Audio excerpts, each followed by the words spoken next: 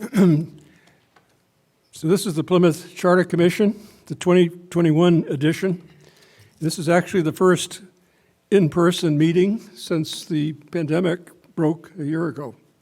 So tonight we're going to be running this meeting as both an in-person physical meeting and on Zoom, which is a bit of a trick, but we think we know how to do it. So this will be the first time it's been attempted here in the past year. This meeting is being televised live tonight, which will be repeated Saturday morning at 8 a.m. and at 4 p.m. And then it will be archived basically forever in the PAC TV archives on YouTube. This meeting will be run in a standard manner according to Robert's rules. Please raise your hand if you want to speak. Motions can be made at any time after you've been recognized and will require a second and then a positive vote. So let's begin the meeting with a pledge of allegiance. I pledge allegiance to the flag of the United States of America and to the republic for which it stands, one nation, under God, indivisible, with liberty and justice for all.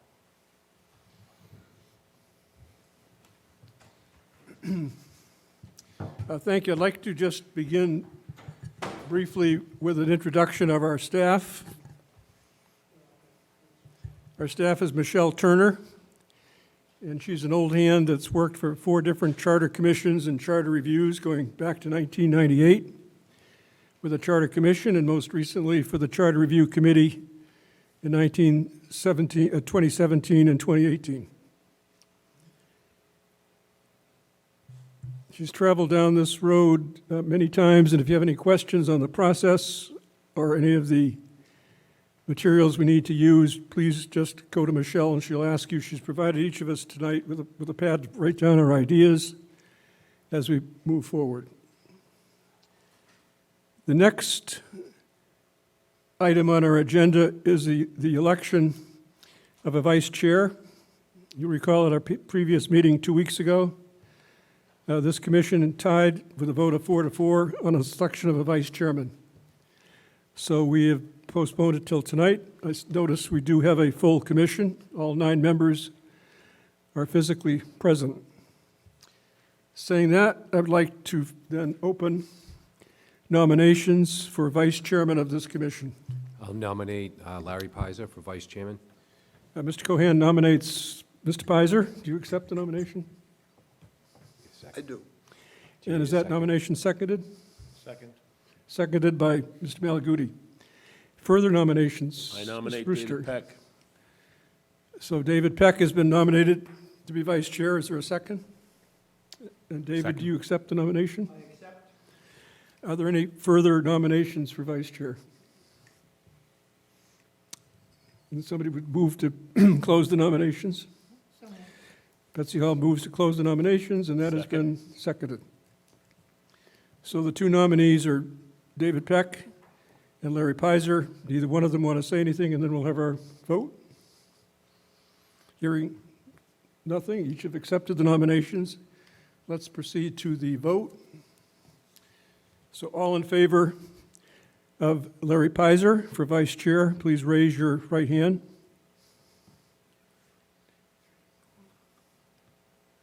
Count 6. All in favor of David Peck for vice chair, raise your hand. 3, so the vote is 6 in favor of Mr. Pizer, 3 in favor of Mr. Peck. So Larry Pizer is our new vice chair. Thank you. Now to kick us off on the right legal foot, I asked Lauren Goldberg to be here tonight.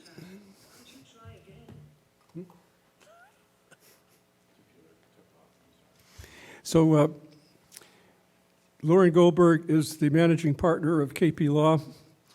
She's also had a lot of experience working with charter commissions, putting charters through. I know we have some questions on the process under the state chapter 43B, and she's ready to answer your questions tonight, talk very briefly about the process. So Lauren, here you are. So please have at it, and if you have questions, feel free to ask Lauren questions. Thank you for having me here tonight. I assisted an earlier Plymouth Charter Commission with their process. I know exactly how long ago that was because my son. So you might not have a microphone. So does that one reach? Sorry. Okay.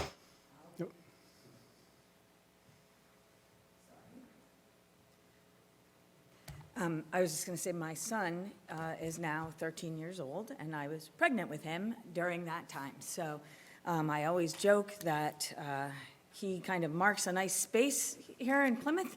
I know exactly when I did that job, and obviously a lot of time has passed since then. So I recognize several faces. I've seen you at town meeting, or we've dealt with each other on the phone, and sometimes both. And I'm glad to be here. So an elected charter commission, as you know, has a significant amount of authority to make decisions that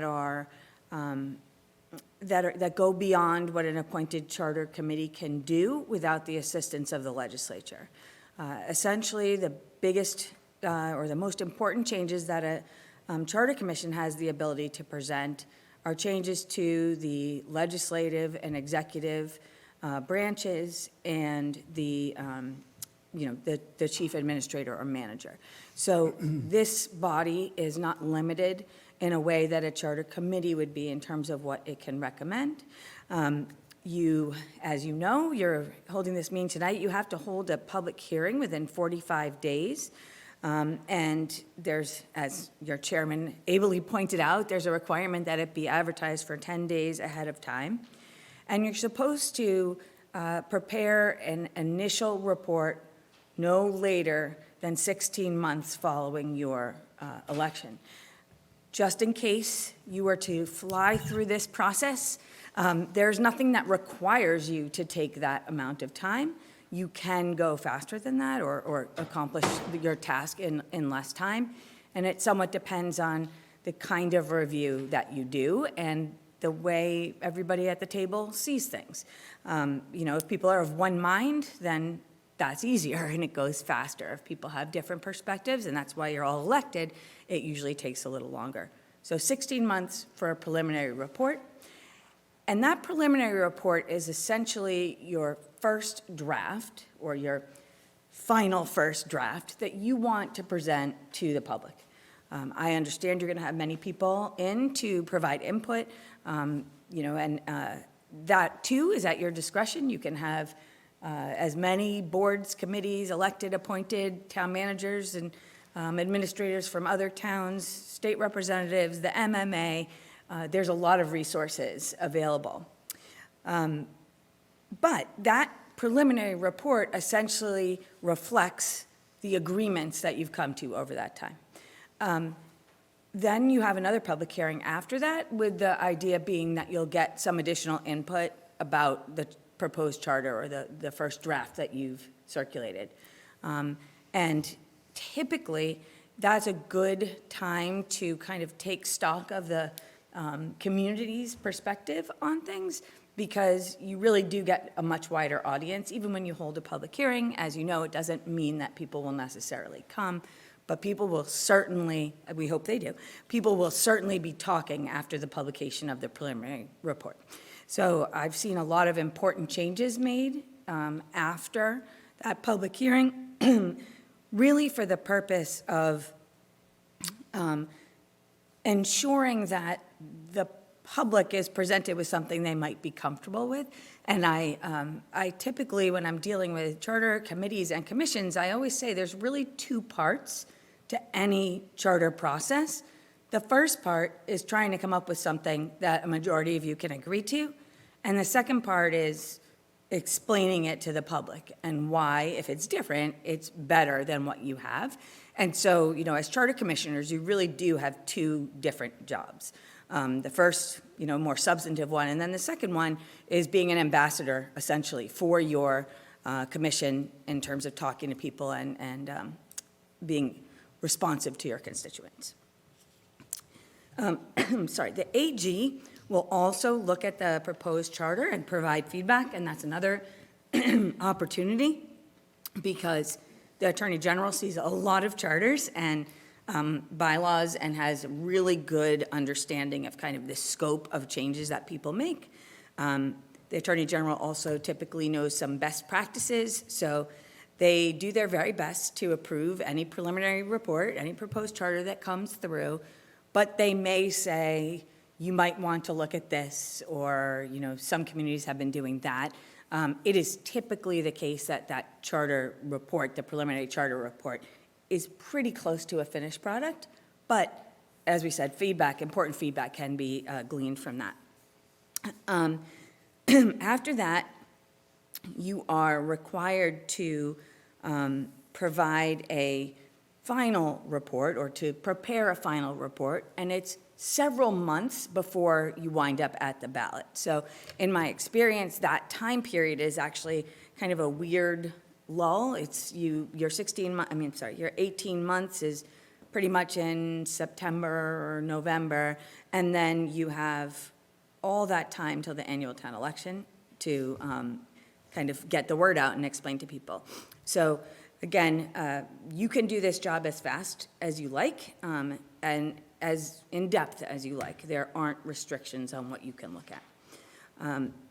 When I was here last, the process that the Charter Commission went through was essentially they did look at a few things, and I think it's still important to stay, with that in your mind. One is, does town government reflect what the town charter says?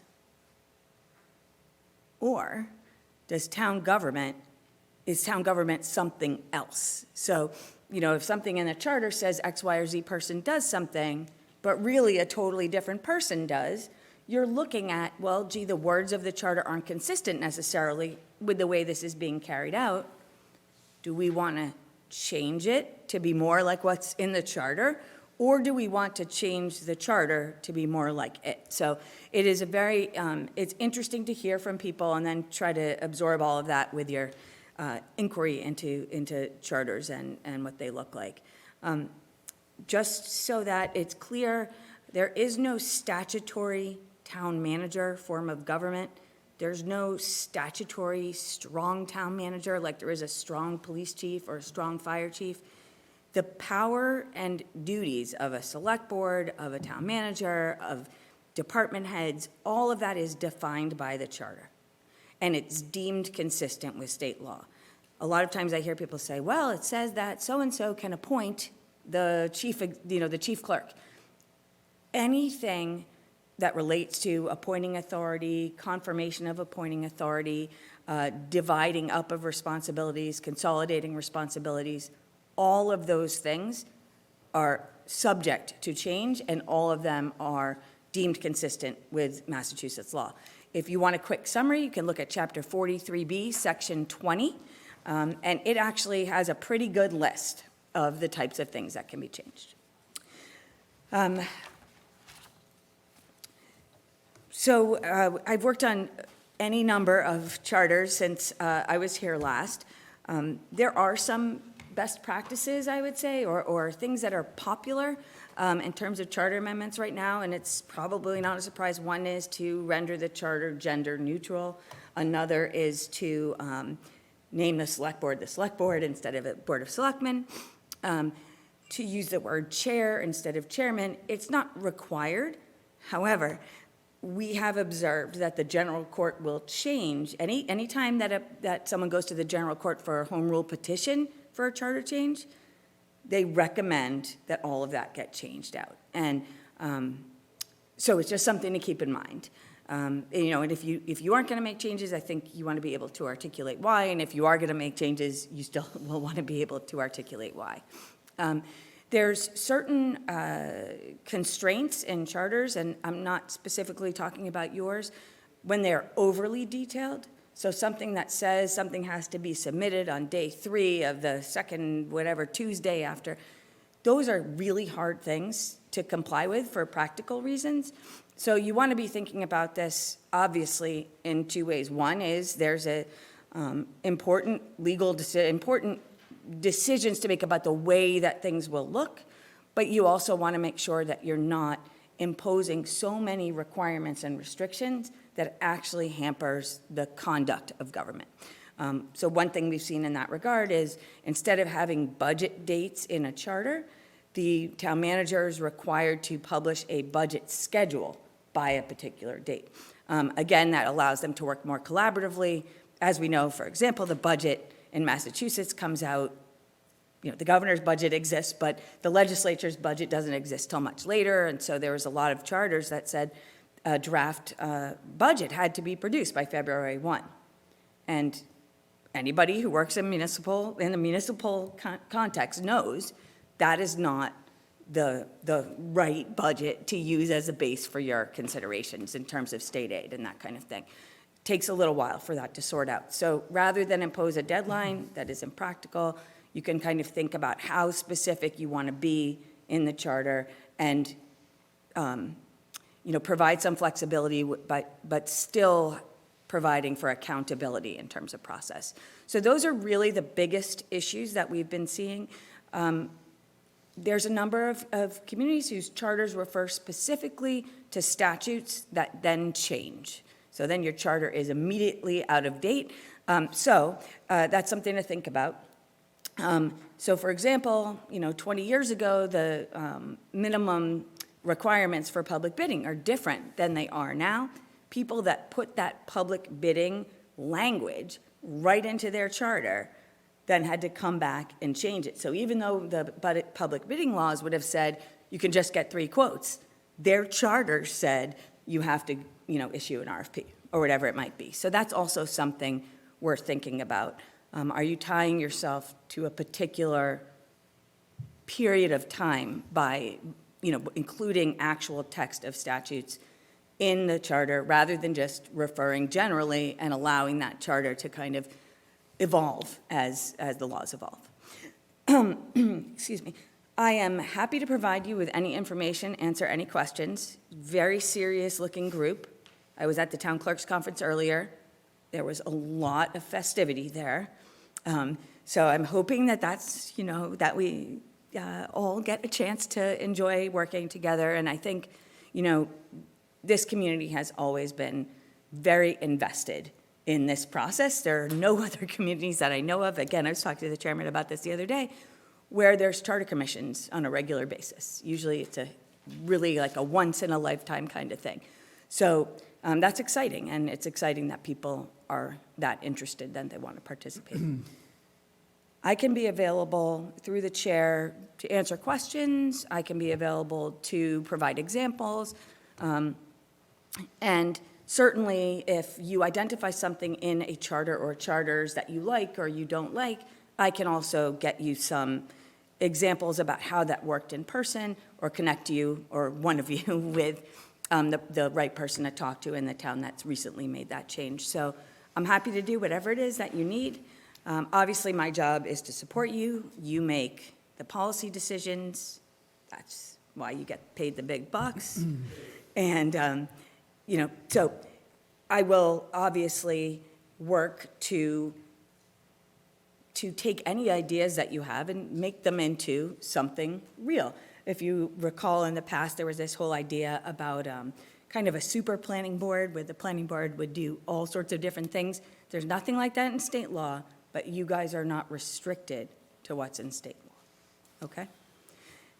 And with that, Mr. Chair. Okay, questions? David Malaguti.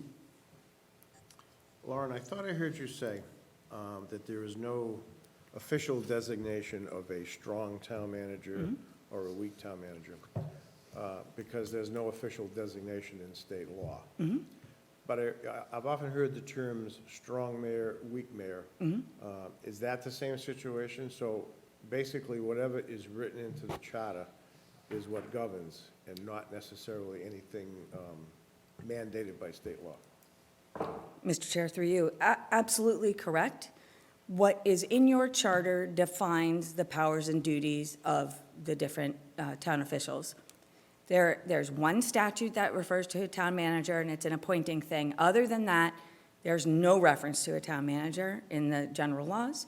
There's one statute that refers to a town administrator, but it's a town administrator who works by and through the Board of Selectmen.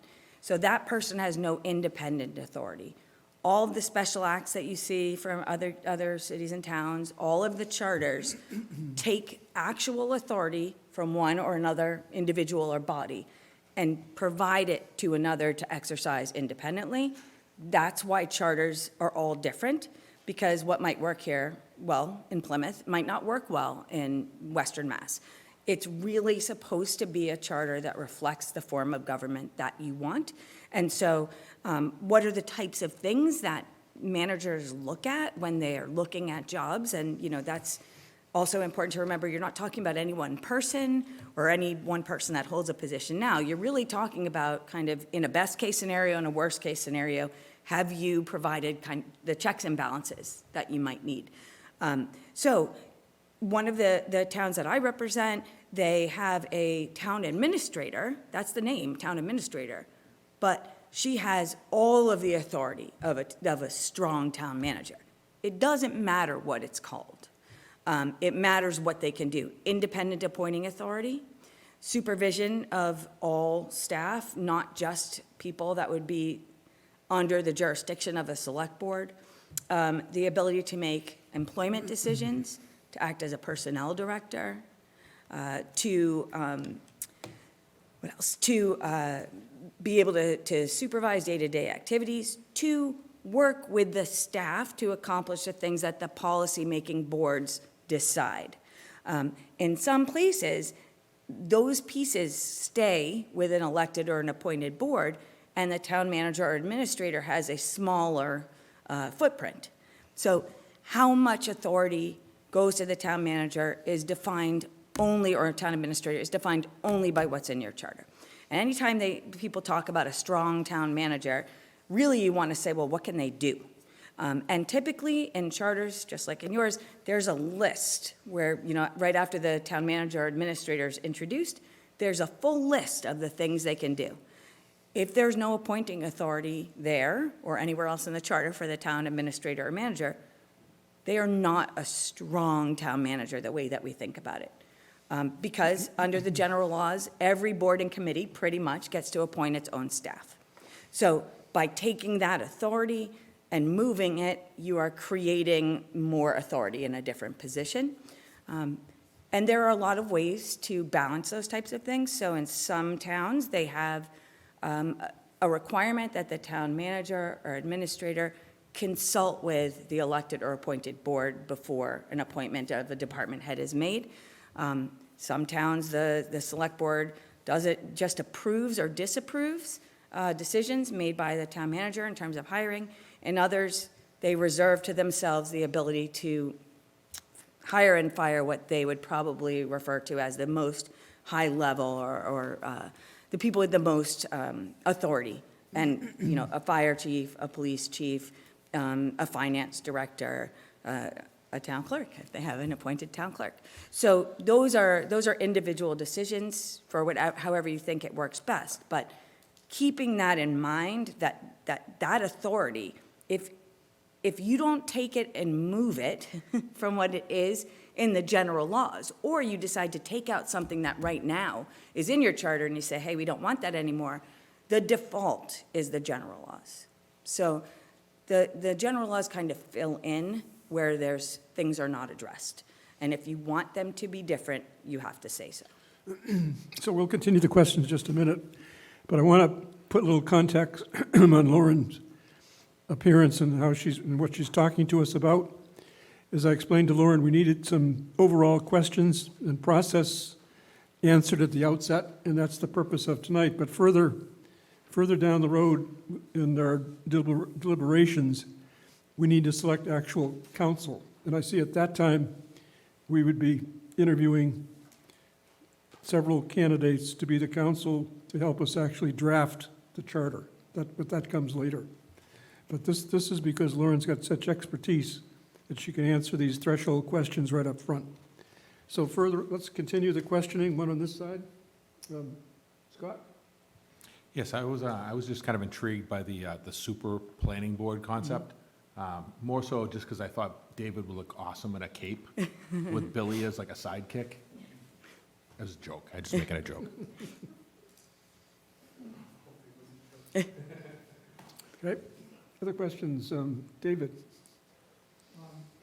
Just want to understand, under what circumstances can a charter commission submit an alternative charter to the public? Well, that's a very good question. And the process essentially requires a decision by the majority to present a different, two options.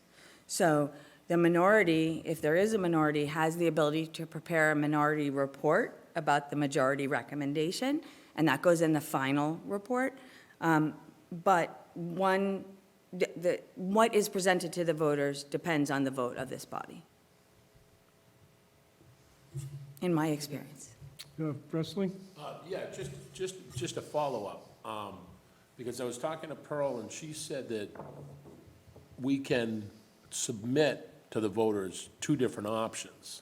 So that would be a minority report that would, if the body has to vote that Yes. in to present that to the voters. Yes, correct. Okay. So there would be an option, it's available to present two different charters or pieces of two different charters, to the voters. And that's under state law and the Constitution right now, but it still does require that the body make that recommendation. The minority report will, no matter what, be part of the final report, and so people will have an opportunity, let's just say there was not a second option, people would still have an opportunity to understand why the minority voted like it did, what it likes, what it doesn't like. Betsy Hall? Thank you so much. That was all very helpful. This is from the long time ago for me to remember, so I'm just going to double check it with you. I remember reading something such as a mayor-city council. when Betsy, I they- don't think they're being heard. I'm sorry. Oh. A mayor-city council, when they bring forward an article such as we bring forward in town meeting, that does not need to be approved by the Attorney General. But when town meeting brings forward an article, it does. Is that correct? That's a big difference. Yes, Chapter 40, Section 32 requires any bylaws approved by town meeting to be sent to the Attorney General before they can come back and take effect by being posted or whatever else Larry did with them, I don't know.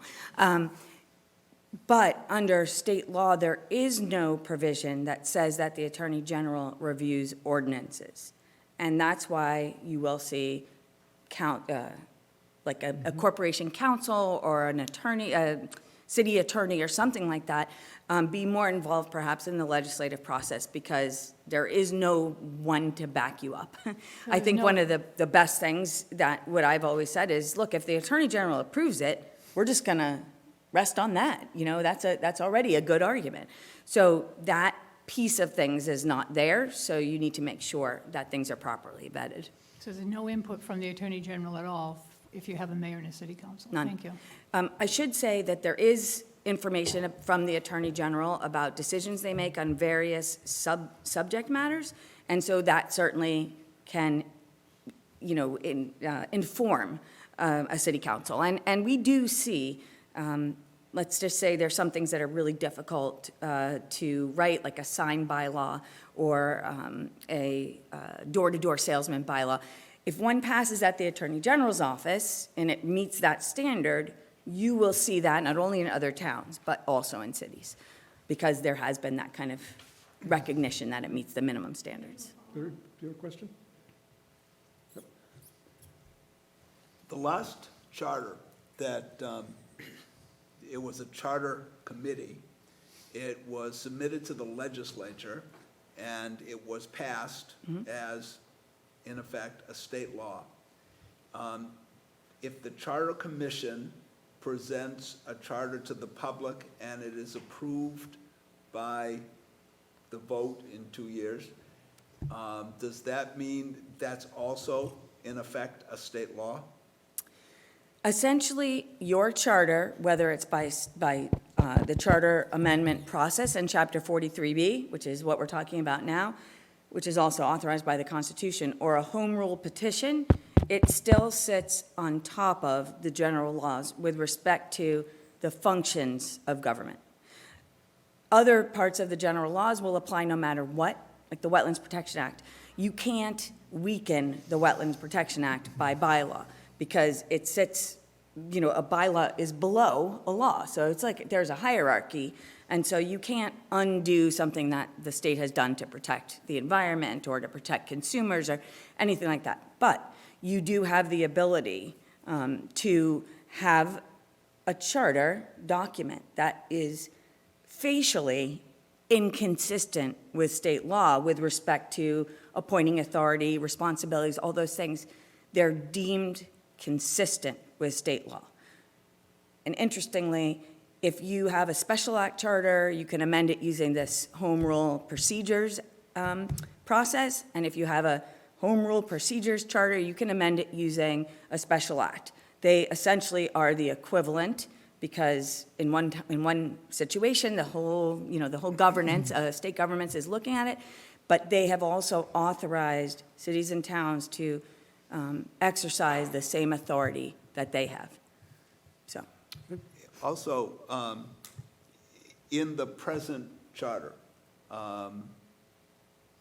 they chose, despite my suggestion, to put some state laws into the charter.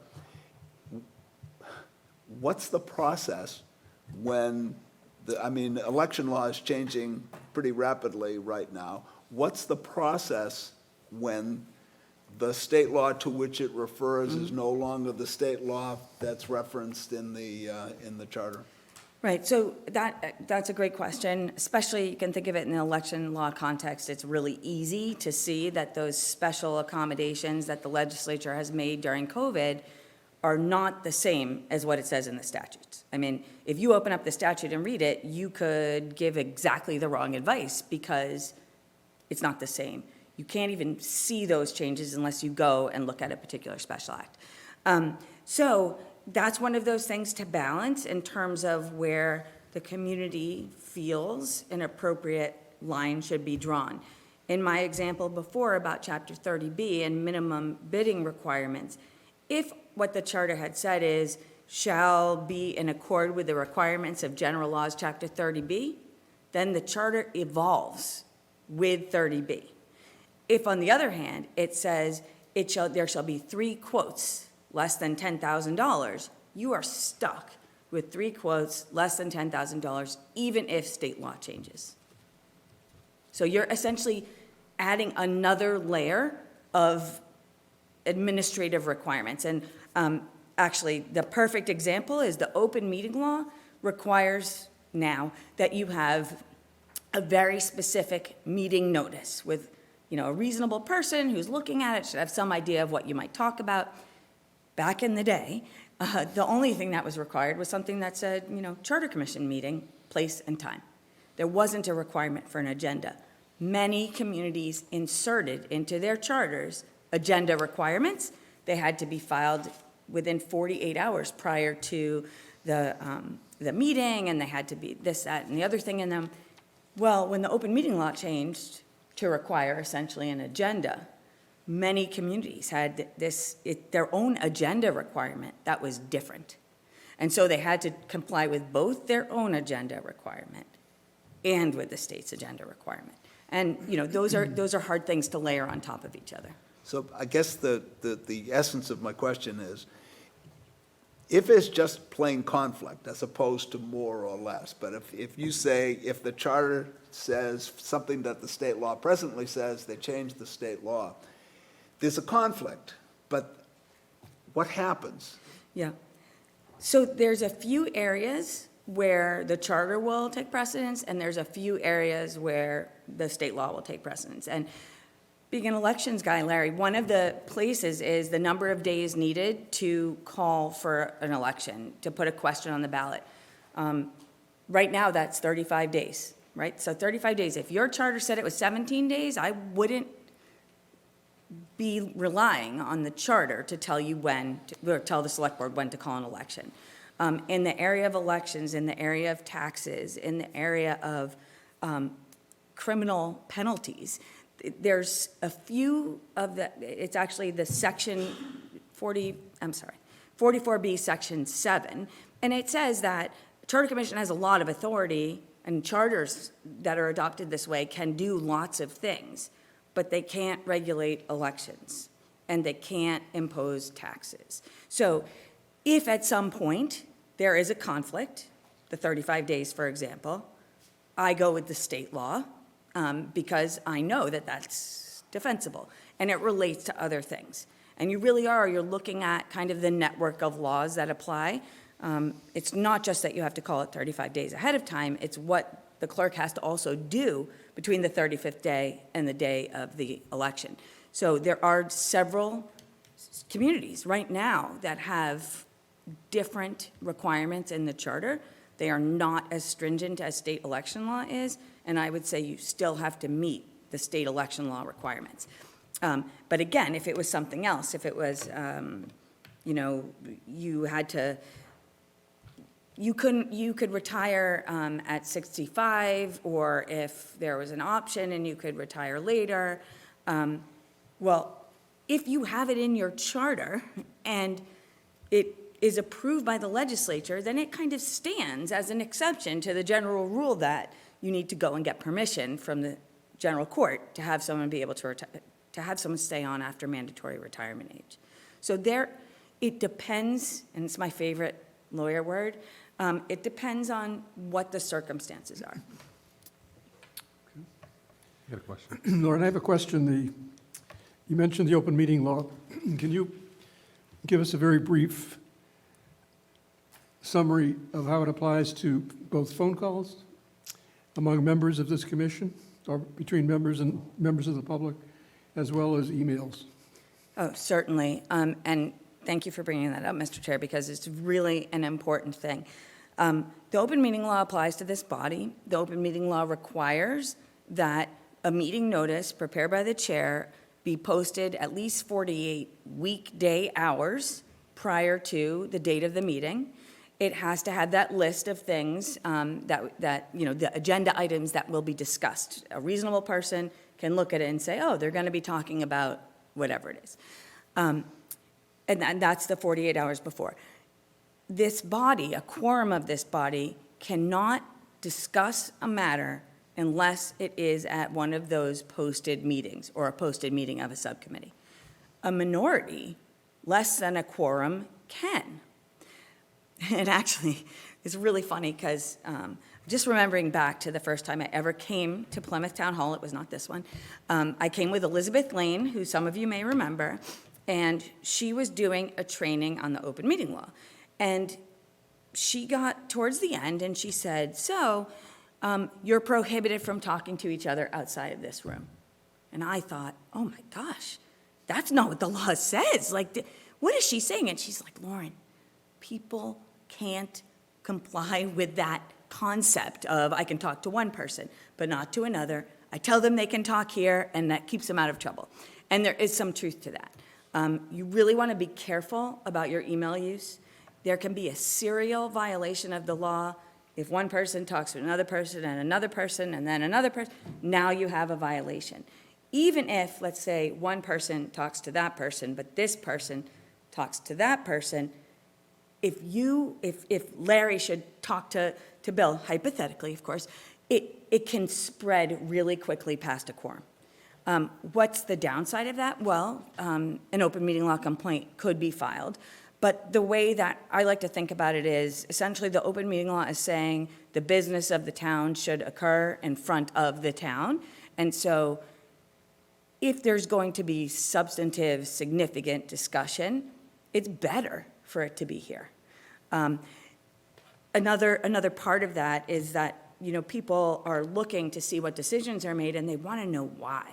So if you don't wind up discussing it here, because, this and that and all these individual discussions, people are going to be suspicious because that's just how it looks. It looks funny when you come, someone makes a motion and everyone says yes, or everyone says no, or whatever it might be. So it's really important for the public trust as well to make sure that the decisions you make are based on discussions that have happened in open session. What I typically tell a charter commission or any large body is that if you really feel like you need to vet something with someone, have that someone be the same someone. And that someone that you're talking to, you would want to be their someone too.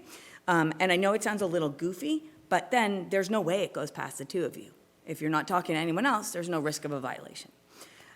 The other way that the open meeting law applies is if we take an email and send it to all of you at once. I can do that because I'm not a member of the body. I can share my ideas, my feelings, my beliefs, my concerns. I can raise red flags, and I can opine to my heart's delight. But you all cannot, by email, share your feelings, ideas, beliefs, and concerns. Feelings, ideas, beliefs, and concerns happen here. Essentially, email can be used for scheduling or for distribution of information. I like to give an example of a member asking the chair, could you include this item on the agenda next week? And, copies everyone. Okay, well, so far, we're not violating the open meeting law. No feelings, ideas, beliefs, or concerns. And one member writes back and says, great idea. I was going to ask that too.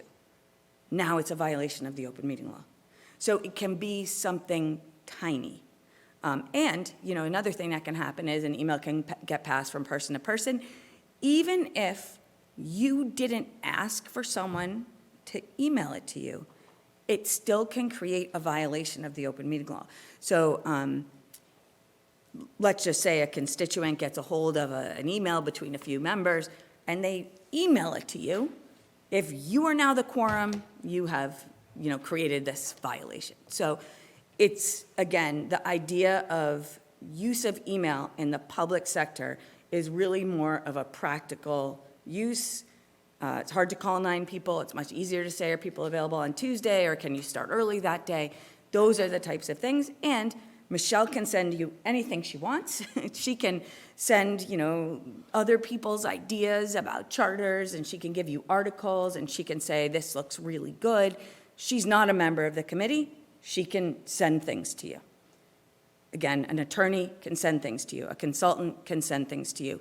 But if it's your feelings, ideas, beliefs, and concerns, don't press go on email.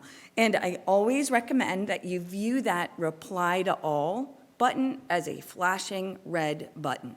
There is danger there because, again, you can just violate the law by saying that's a great idea.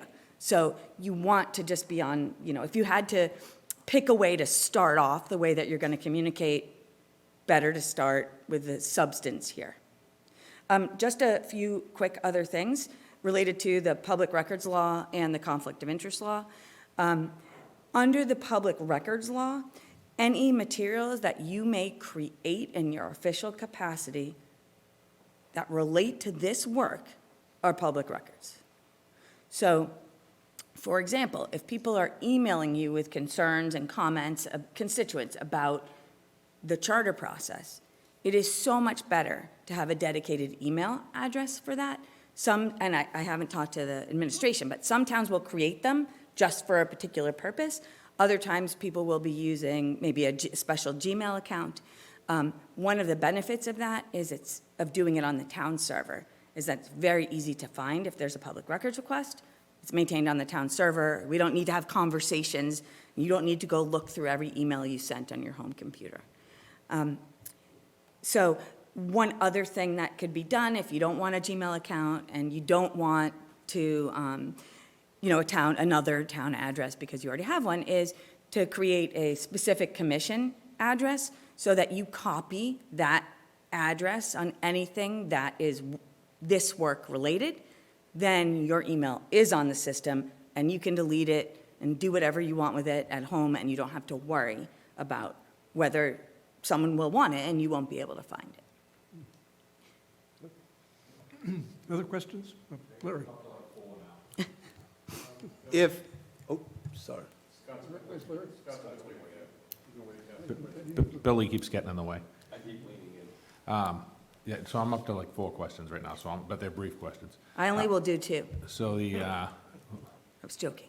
I know. The first one was a follow-on on Betsy's question. So when we were talking about being reviewed by the by the Attorney General's office. We were only talking about municipal ordinances and bylaws and stuff like that. We're not talking about, all of our articles and stuff. I just wanted to clarify that on the record. So not every article at town meeting is required to be submitted to the Attorney General. The only thing that gets submitted to the Attorney General are bylaw changes or charter changes. The other things that appear in a town meeting warrant are not reviewed by the Attorney General.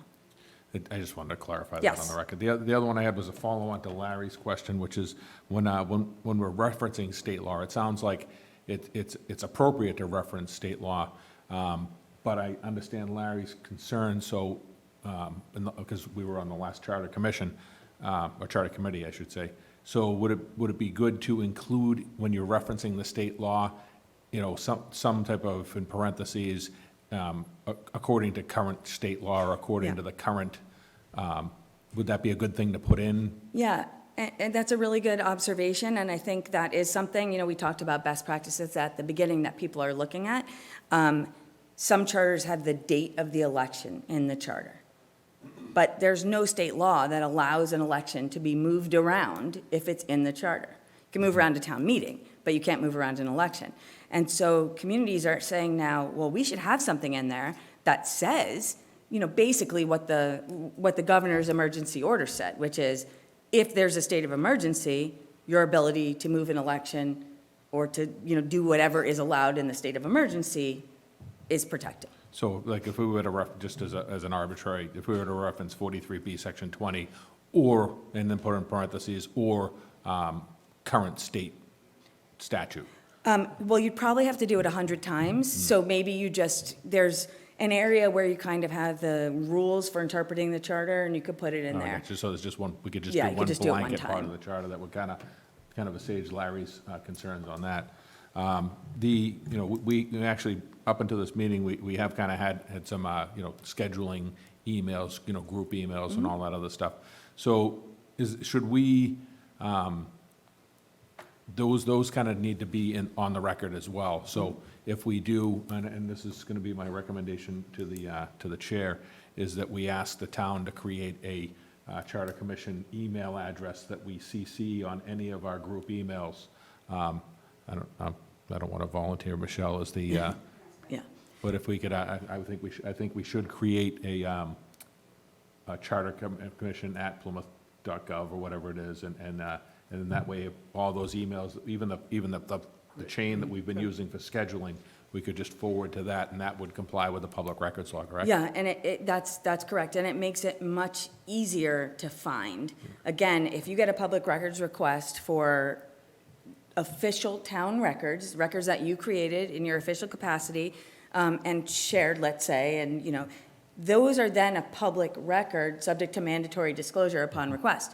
But if you have them only on your home computer, Yeah. and you also have 5 other accounts on your home computer, it's a lot harder to find and to provide. And then that delay can really impose a burden on the town whereby it can't charge for copies of the record. So, Because, transparency is the key in everything we do down here, so, I would make that recommendation through the chair that we try and create that, and we also CC all those past emails into that, just so that we have them on, I want to be as transparent as possible during this process. Thank you. Do you have a question? Let's say that my friend Martha, who started to run for Charter Commission, has many good ideas, sends me an email saying that I believe that the charter should contain this. I know that's acceptable. The question is, what can I say back to Martha? you can talk to anyone who's not on this commission whenever you feel like it. And you can share your feelings, ideas, beliefs, and concerns. The downside of doing that, of kind of saying what your opinion is or what your position is before you hear information about it, is that people might say, well, you were biased. You never gave an opportunity to have your, to really think about whether this is a good or a bad thing. So there's absolutely nothing wrong with talking to somebody and saying, in some cases, you're actually elected because you have strong feelings about something.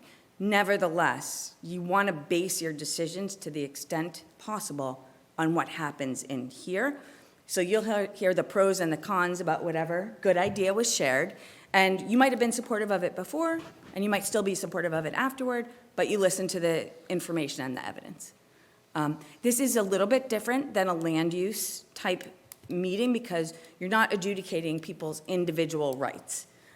But again, the reason you all were elected is to do a really important job, and so building confidence in the process includes that level of transparency and also being kind of aware of the fact that there may be things here that you disagree with, but that you still will listen to and at least consider before you don't. Are there any other questions? Yes, Betsy. So thank you, Scott, for that clarification on mayor versus town meeting. So I have two questions. One is about that, and then I have a separate question. The question is, what does the Attorney General review in terms of a city council mayor, a form of government, in terms of any legislative thing that they Nothing. do? They don't ever look at anything? No, charter changes that are changed under 43B, Section 20, under Chapter 43B, do go to the Attorney General. So whether that happens at the, in a city or a town, the AG still does review that. But no local legislation, or there's no requirement to, and they actually won't. I know a few towns that have tried, they thought they would like to become a city, but they still wanted to be involved with, the bylaw approval process, and the AG said, no, we don't have statutory authority to do that. And the second question, you mentioned conflict of interest. I'm going to ask you to please speak to that. Yes, now, I think you all are exempted from the definition of municipal employee, I'm virtually certain. I don't have my computer up, but I can check it. But it's still really good to be aware of what the law intends. And the law intends that the town is going to be your most important value or object of values during this process, that your own personal feelings to whoever made a suggestion, or the fact that you have a business relationship with that person, you're supposed to be saying, well, what would the best interests of the town be, not my interests or my best friend's interests or someone else's. So you're just, again, that's an important thing to keep in mind because you're making a decision. And I would say this kind of harkens back to not about the person currently holding the job or about whether you like a particular board or not. You're thinking about, as a structural matter, does this board or office, fit in right with our community? The other thing is, just in general, the conflict of interest law says don't act on something in which you have a financial interest. And I know some of you are on other committees, so you're already subject to the conflict of interest law in that capacity, okay? So not acting on anything which you have a financial interest, your spouse, your parents, your brothers and sisters, that's immediate family. That's prohibited unless your appointing authority, and you're not appointed, says that it's okay. So, and we're not going to try and explain who's immediate family for real, because it's like one brother-in-law is and one isn't, but I don't want to go there. I just will say, if you think that someone might think that you would act or fail to act because of a personal relationship, then make a disclosure. And what's a disclosure? You can do it in writing. There's a form, General Laws, Chapter 268A, Section 23B3. I'll send you the form. And you can distribute it. Or you can just say it on the record. So let's say someone comes in to give testimony who everyone knows is your childhood best friend. And so you might think, I don't need to disclose this because everybody knows this is my childhood best friend. But you have to think about it as though the person didn't know it, as though, I was just watching it on television at home while making dinner or something. So you want to make sure that by disclosing it, you're essentially saying, hey, we are going to talk about this, and you are the person that, that's bringing it up, but I'm going to make a decision in the best interest of the town and not because I like to play basketball on Saturdays, really, is what it comes down to. David Peck?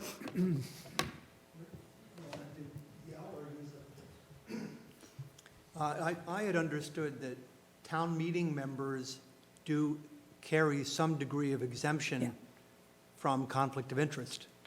Is that true? That is true. The law, and I'm not checking my emails or my texts, I'm just going to look and get the provision right here, since we're lucky enough to be able to. It's 268A, Section 1, where the definition of municipal employee is found. And the definition of municipal employee, person performing services for or holding an office, position, employment, or membership in a municipal agency, whether by election, appointment, contract of hire, or engagement on a full, regular, part-time, intermittent, or consultant basis, but excluding elected members of a town meeting and members of a charter commission. So you're not defined as a municipal employee for those purposes. In fact, your town meeting has a conflict of interest law requirement that is, or a conflict of interest requirement that is not found in law. You know, the thing that says when you stand up, you will say if you're representing someone else, that's a conflict of interest, you know, rule that your town meeting has. It's not a state law. Nevertheless, for those of you who are on other committees, you are already municipal employees. And again, for everyone, and to make sure that people understand that what you're doing here is what's supposed to be in the best interest of the town, disclosing that you have a relationship of some kind with someone who's sitting in front of you, or, you know, we see this all the time in like seaside communities where everybody has contracts with everybody else. You know, some people do the napkins and some people do. So the elected boards all just start off by saying, you know, I actually have a business contract with this person and I have a business contract with that person, but this isn't going to affect the value of that. I don't have a financial interest. So just to follow up, a town council member would therefore not be exempt. So you read the specific exemptions for a town meeting member or member of a charter commission? Yes. Those are the only two exemptions. That are the only two exemptions from the definition of municipal employee. And the law applies broadly and intentionally broadly. So, you know, the idea is that one of the things the conflict of interest law prohibits is holding more than one position for the town, even if one is, even as long as you're paid for one position. So if you have a volunteer position and you want to add a paid position, you have to look at the law and decide, okay, if I follow this flow chart, do we wind up at an okay place? Because you are not municipal employees at all for this purpose, you have the ability to have this position. It doesn't affect any other position you might have with the town. And it allows people who are interested in the town in their day-to-day lives, in their professional lives, to still have an opportunity to weigh in on the form of government. I'd like to say something here, lest there be no misunderstanding, and I think, David, you already know this. There's been in our charter conflict of interest provisions, which have been supported and opined on by Copeland and Page that they are perfectly legal, that they are a higher standard than in the state law, that Plymouth was perfectly authorized and empowered to put such provisions in our charter. And in fact, other town charters now have conflict of interest provisions. I know this has been somewhat of a controversy for these 20 years. Some people just will not accept that fact, but it is a legal fact. And wasn't that long ago when the Committee of Precinct Chairs actually appointed a committee to research the whole question of our conflict of interest provisions. And I believe the very clearly stated outcome of that report was that it is a higher standard than is currently in the state law, and therefore not inconsistent with the state law. And I'm not disagreeing with that. But many of us in this room recognize there are some people who do, the exercise of our charter on individual members sometimes is inconsistent. So everything you're saying is correct, but it is an area of concern of citizens of Plymouth when it's abused. Right. I have one further question. I wouldn't want Lauren to get away without asking this very basic question regarding the charter, because this has been a concern of mine ever since I was involved with charter commissions, Lauren, and that is the enforceability of a charter, not just the conflict of interest provisions, but all of the provisions in the charter, because many instances have taken place since the charter went into effect years ago where there's a very clear violation. Maybe a committee that was provided for in the charter was formed and then abolished. The charter says you have to have that committee.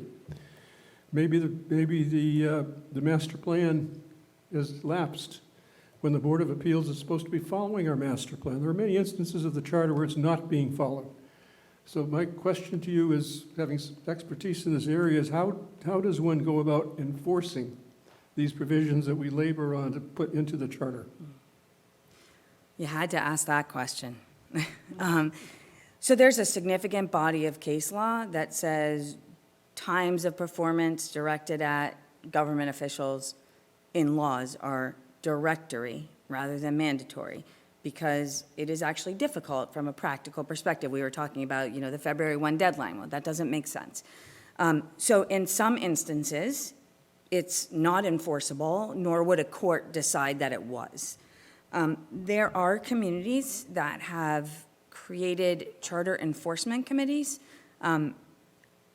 My experience with them is that it's very difficult because because they feel like they're wielding all of this enforcement authority, but if somebody treats someone else inappropriately and the reaction to it isn't consistent with law, that's a violation of law. And the violation of the charter, it may also be, but you wouldn't want to focus on the violation of the charter. You'd want to focus on the violation of the law. So if there are things that you feel very strongly about, then you can provide for consequences in the law, in the charter. So for example, one town has a rule that collective bargaining agreements have to be provided to the town no later than 2 weeks prior to the date of the town meeting. And inevitably, as is the usual case with collective bargaining, the deals are reached right up against town meeting. So they asked the question of whether they could consider them. And I said, yes, there's no consequence. It doesn't say, and they shall not be reviewed by town meeting. Okay? If you add that consequence, then it's at least a court would say that's enforceable. So in a different town, they say these collective bargaining agreements, same thing, have to be provided 2 weeks before the meeting. And if they are not, then the town meeting representatives can, by a 2/3 vote, decide to take them up. So it says they shall not be acted upon, but the town meeting representatives by a 2/3 vote can take them up. So there is a consequence, and the consequence is they can't be acted on. And that consequence means if the moderator, and I don't like to speak for your moderator, and he wouldn't appreciate that, but it's highly likely that the moderator would say, I can't put this before you, because there is no legal authority. Okay, it's kind of like when a zoning bylaw hasn't had a planning board hearing, we might want to act on it as a town meeting, but it has to have a hearing. So, to your point, Mr. Chair, I liken a charter in many ways to our United States Constitution. It sets forth the ideals that the town is striving for, and it's reflective of those ideals. The way it's enforced is on a case-by-case basis, and typically when someone's very unhappy with a result. A lot of these things that come up, it may be a charter violation, but there's no consequence. So it's kind of neither here nor there. One of the places where voters have the ability to decide, residents have the ability to decide about whether their government is functioning consistently with the charter is at the ballot box. They always have that opportunity. The select board and appoints a manager makes other appointments. If the general, electorate is unhappy with the choices that are being made, then they can go to the ballot box and vote differently. So it's not as though it's kind of an unlimited ability to just flout the requirements of the charter, even if it doesn't say it's enforceable, because the charter says what it says, and that is the law. Whether it's directory, because it has no consequence and it's directed to a time of performance, that's kind of a different issue than whether it's consistent with the charter. Thank you. Scott, did you want to add? Yeah, I'm sorry, Bill. Mine was just more of a, to follow on what you were stating. So I want to go on the record and say I am a municipal employee, that I'm a sergeant with the Plymouth. I'm a municipal employee. I'm a sergeant with the Plymouth Police Department, that I want to be completely transparent in that I am a full-time employee of the town, and I have completed the conflict of interest training that's required by the state. That's on file at Human Resources, and that I have no intention on acting on anything that pertains to the police department or in which I have a personal financial interest. But I do want to go on the record and state those things, because again, transparency is what the voters wanted out of us. So that's all I wanted to add. Thank Any you. further questions? David? I think I just need a clarification, and I could take the easy way out and blame it on my ethnic heritage, but I'm a little confused, and I sense that the Charter Commission works on a different set of laws, or there are laws applicable only to this particular situation. For many years, I sat on the Board of Selectmen, and we would talk amongst ourselves, and it was my understanding that as long as no vote was taken, I could call up Selectmen A, B, C, or D, as long as no vote was taken. Now, using Larry's example, Martha's a very loyal, dedicated citizen of the town and has a lot of good ideas. She sends Larry a good idea. If he puts it in the form of an email and sends it to all of us, that's a clear violation of the open meeting law. So under that circumstance, I would say that should go to Michelle, because Michelle can distribute it, and there's no risk of sharing your feelings, ideas, beliefs, and concerns.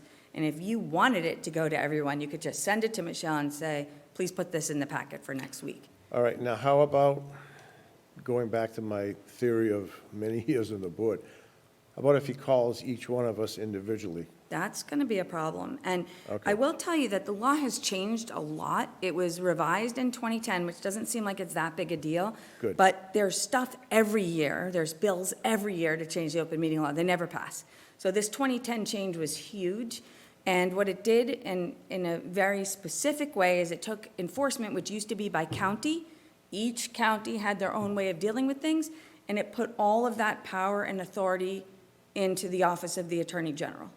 So whereas in some towns, for example, if an open meeting law complaint was filed, the district attorney might say, work this out amongst yourselves. Like, this is ridiculous, in perhaps a more official way.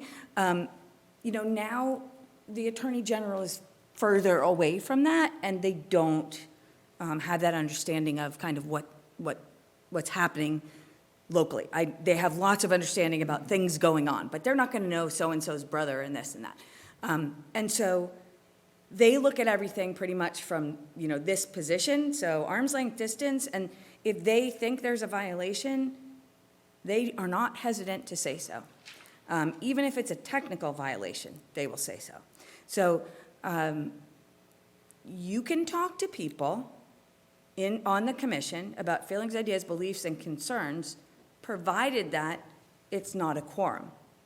And the risk is that you talk to one person who talks to another, who talks to another, who talks to another, and now 5 people's opinions, ideas, beliefs, and concerns have been shared with one person, that last person, and that person, essentially, that tipped the balance, now a quorum knows, and that's a violation of the open meeting law. So it's cumulative.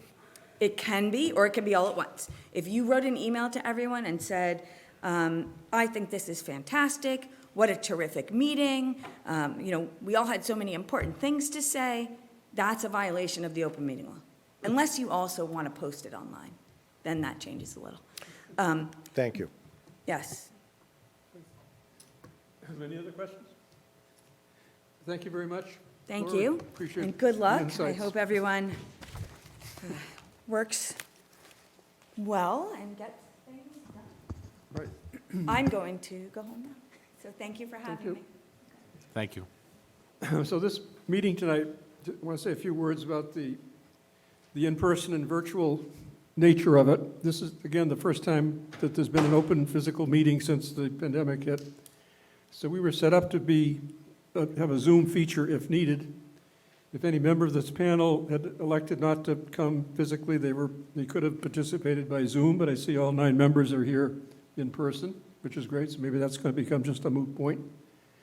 But members of the public also were giving the option in terms of inclusiveness of allowing them to participate in the public comment portion of this meeting by Zoom, if they choose to.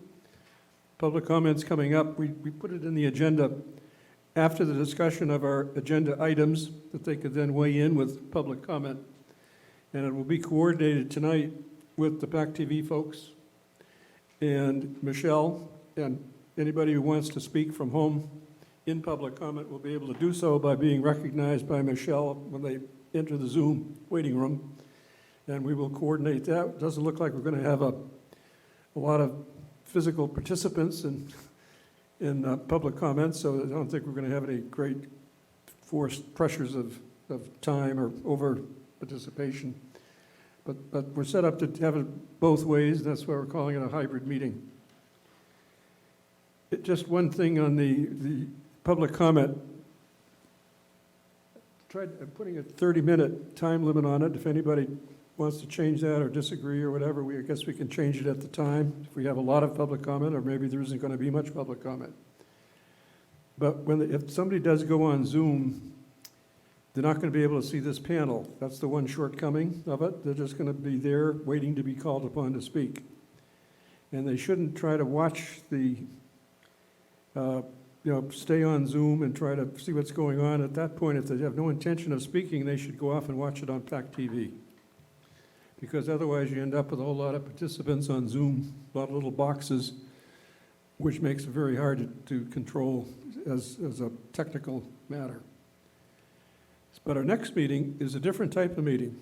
In 2 weeks from tonight, on June 24th, is one of the few public meetings that's called for by the state statute on charter commissions, Chapter 43B. We're supposed to have this first public hearing, a real public hearing, within 45 days of the date of election. And the date that worked on a Thursday night was June 24th. And that will be different. That one will be fully available on Zoom as a webinar, so people can actually register, speak, exchange comments with this commission, members of the panel, and so forth. So it'll be a real televised Zoom, but public hearing with us sitting at the panel. So that'll be a further challenge, but I think we'll be able to make it work, and that's on the 24th. Notice will be in the Old Colony Memorial this Saturday for that hearing. It has to be published 10 days in advance. Again, that's a requirement of the state statute. It's very specific, 10 days in advance. Then we have no more public hearings unless we choose to have a special one on our own. But the next public hearing isn't due until after the preliminary report. And if you listen to the schedule tonight, which Lauren reiterated, the preliminary report isn't due for 16 months. So we've got quite a lot of work to do and a lot of time to go by before we get to that point. So at this point, I would entertain any comments or questions or about the hybrid nature or the way we participate at this meeting. Larry. Bill, I believe that the present law expires Right. on June 15th. So my expectation, and I did speak with our state representative for First Plymouth, my expectation is that it will be renewed in some form. That's what I hear. But the Zoom, there's nothing to stop us from allowing the public to respond to us.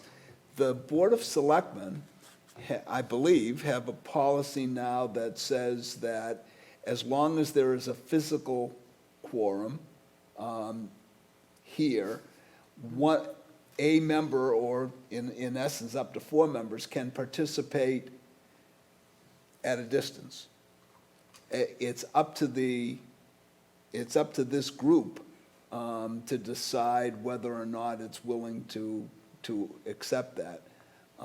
I think it's probably a good idea. I mean, there are going to be times when some of us are going to be elsewhere, and it'd be better to participate in the meeting than to use some sort of artificial means not to.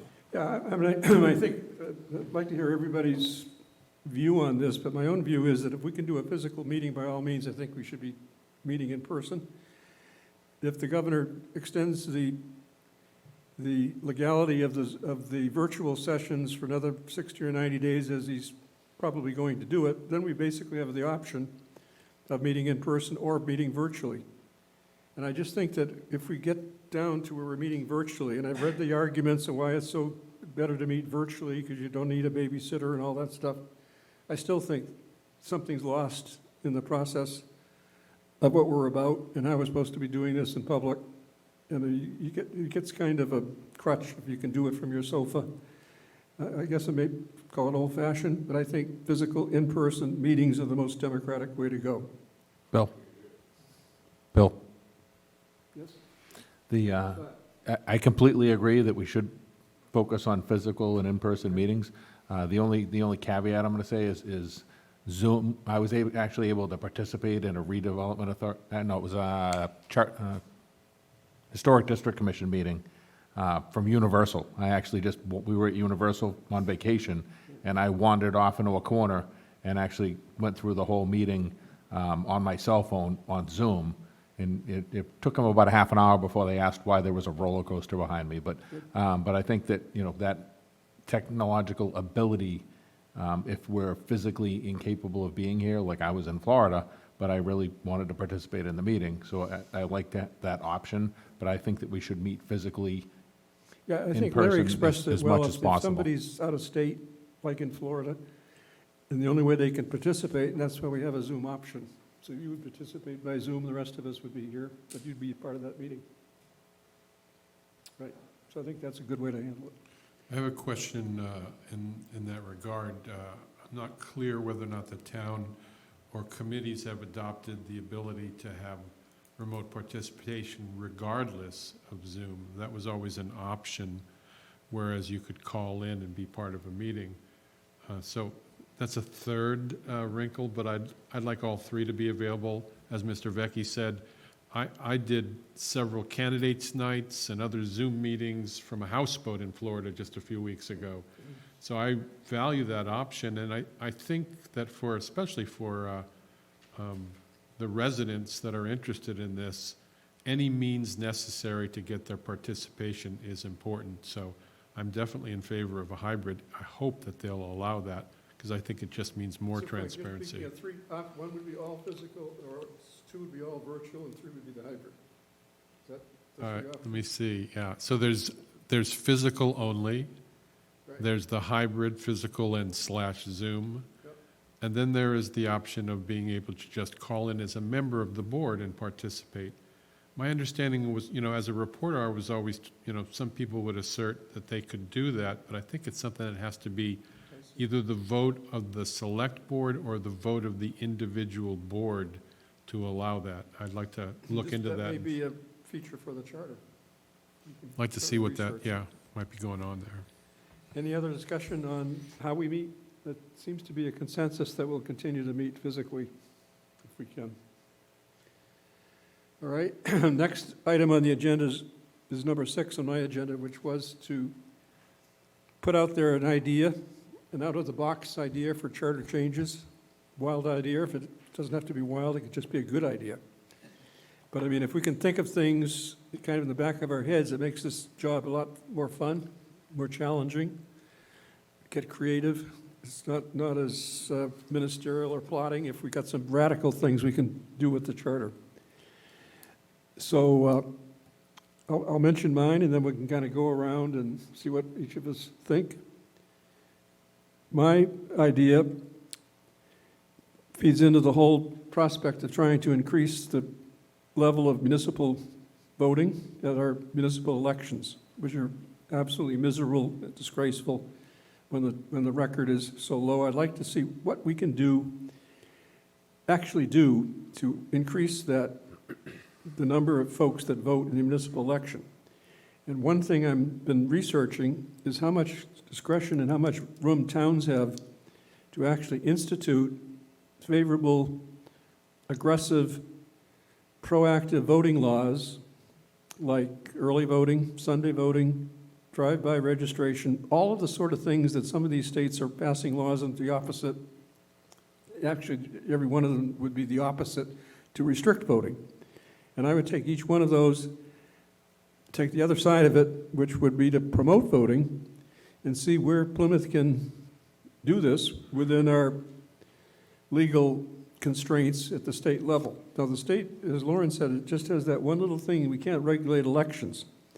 But actually, I did ask her this question the other day, because I've been mulling it over in my head, and even she agrees that elections means people get the most votes, I mean, that sort of thing, but she thinks that there's a whole realm here of possibilities where towns can get involved in laws that promote voting by extending the voting period, mail-in ballots, all that kind of stuff. And I think it would be very exciting to research this. Right now, the Massachusetts legislature has got a number of bills that are going to push these things through at the state level, and probably many of them are going to be local option, where towns can accept the provision or not accept the provision. And I think our charter could contain trigger provisions, saying that, if it's not in effect now, if it is become legal for a town to do it, then Plymouth, hereby adopts it, something like that. But anyway, that's what I would enjoy doing, is to really write a whole new chapter in our charter with all of those voting items that would encourage voting, and maybe we pull out more people at our municipal elections. Other thoughts? Mr. Chairman? Mr. Chairman, I have one. Bill Cohen. So this is the out-of-the-box idea section. The out-of-the-box. So my thought there would be, the first thing that I'm pretty focused on is the fact that this form of government, town meeting, a body of 135 people, make a decision on a $230 million budget.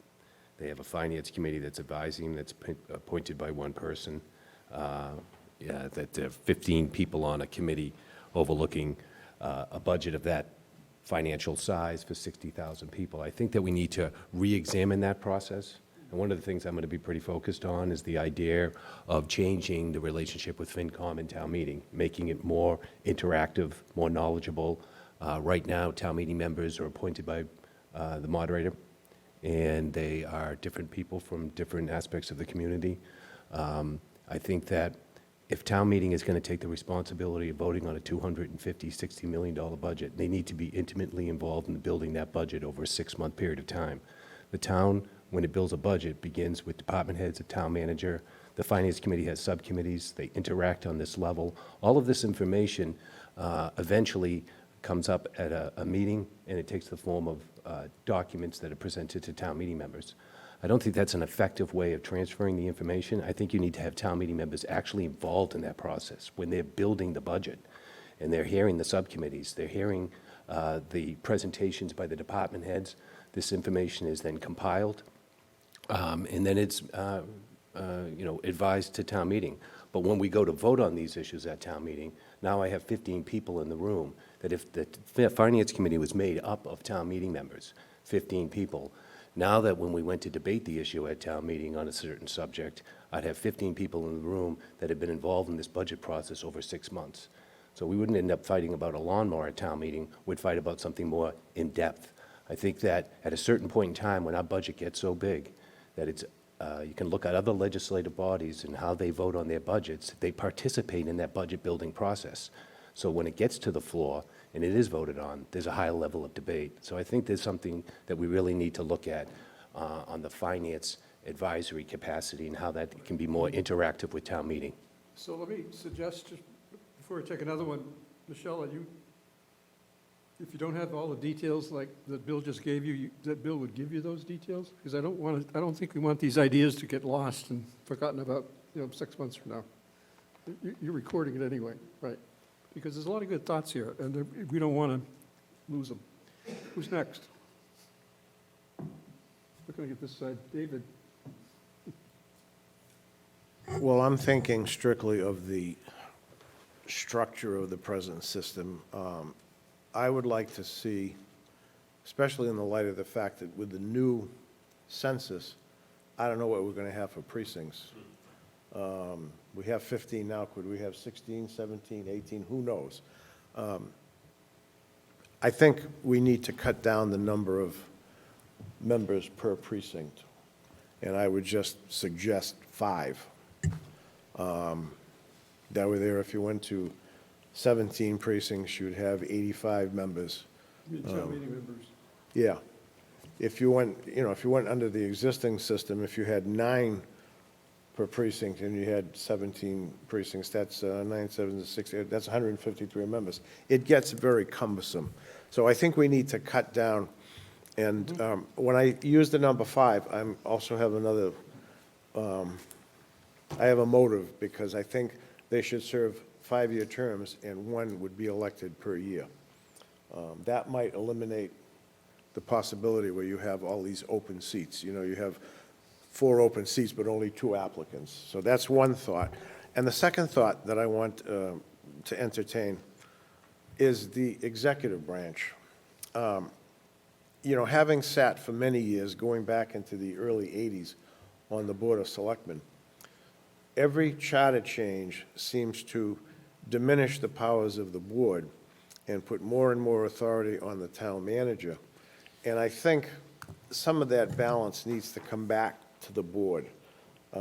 We have a strong town manager, even though there's no official designation of a strong town manager from what we heard from Lauren. But I think we need to have more go back to the board and less on just one person. So that's just preliminary ideas. Okay. I've got some ideas. Betsy. Thank you. So this is something that's hazy at the moment, so this is just an example of what it might look like, but a select board/council, 1 member from each precinct that would be in charge of the budget, and they would also do the general business of the town, but we would also keep town meeting.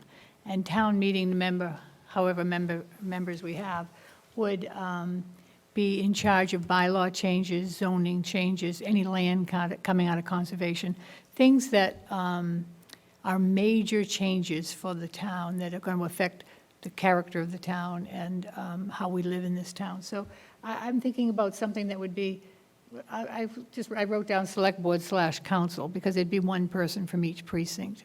But they would be in charge of the budget. Possibly, the town meeting would just approve the bottom line, and like we do for school committee.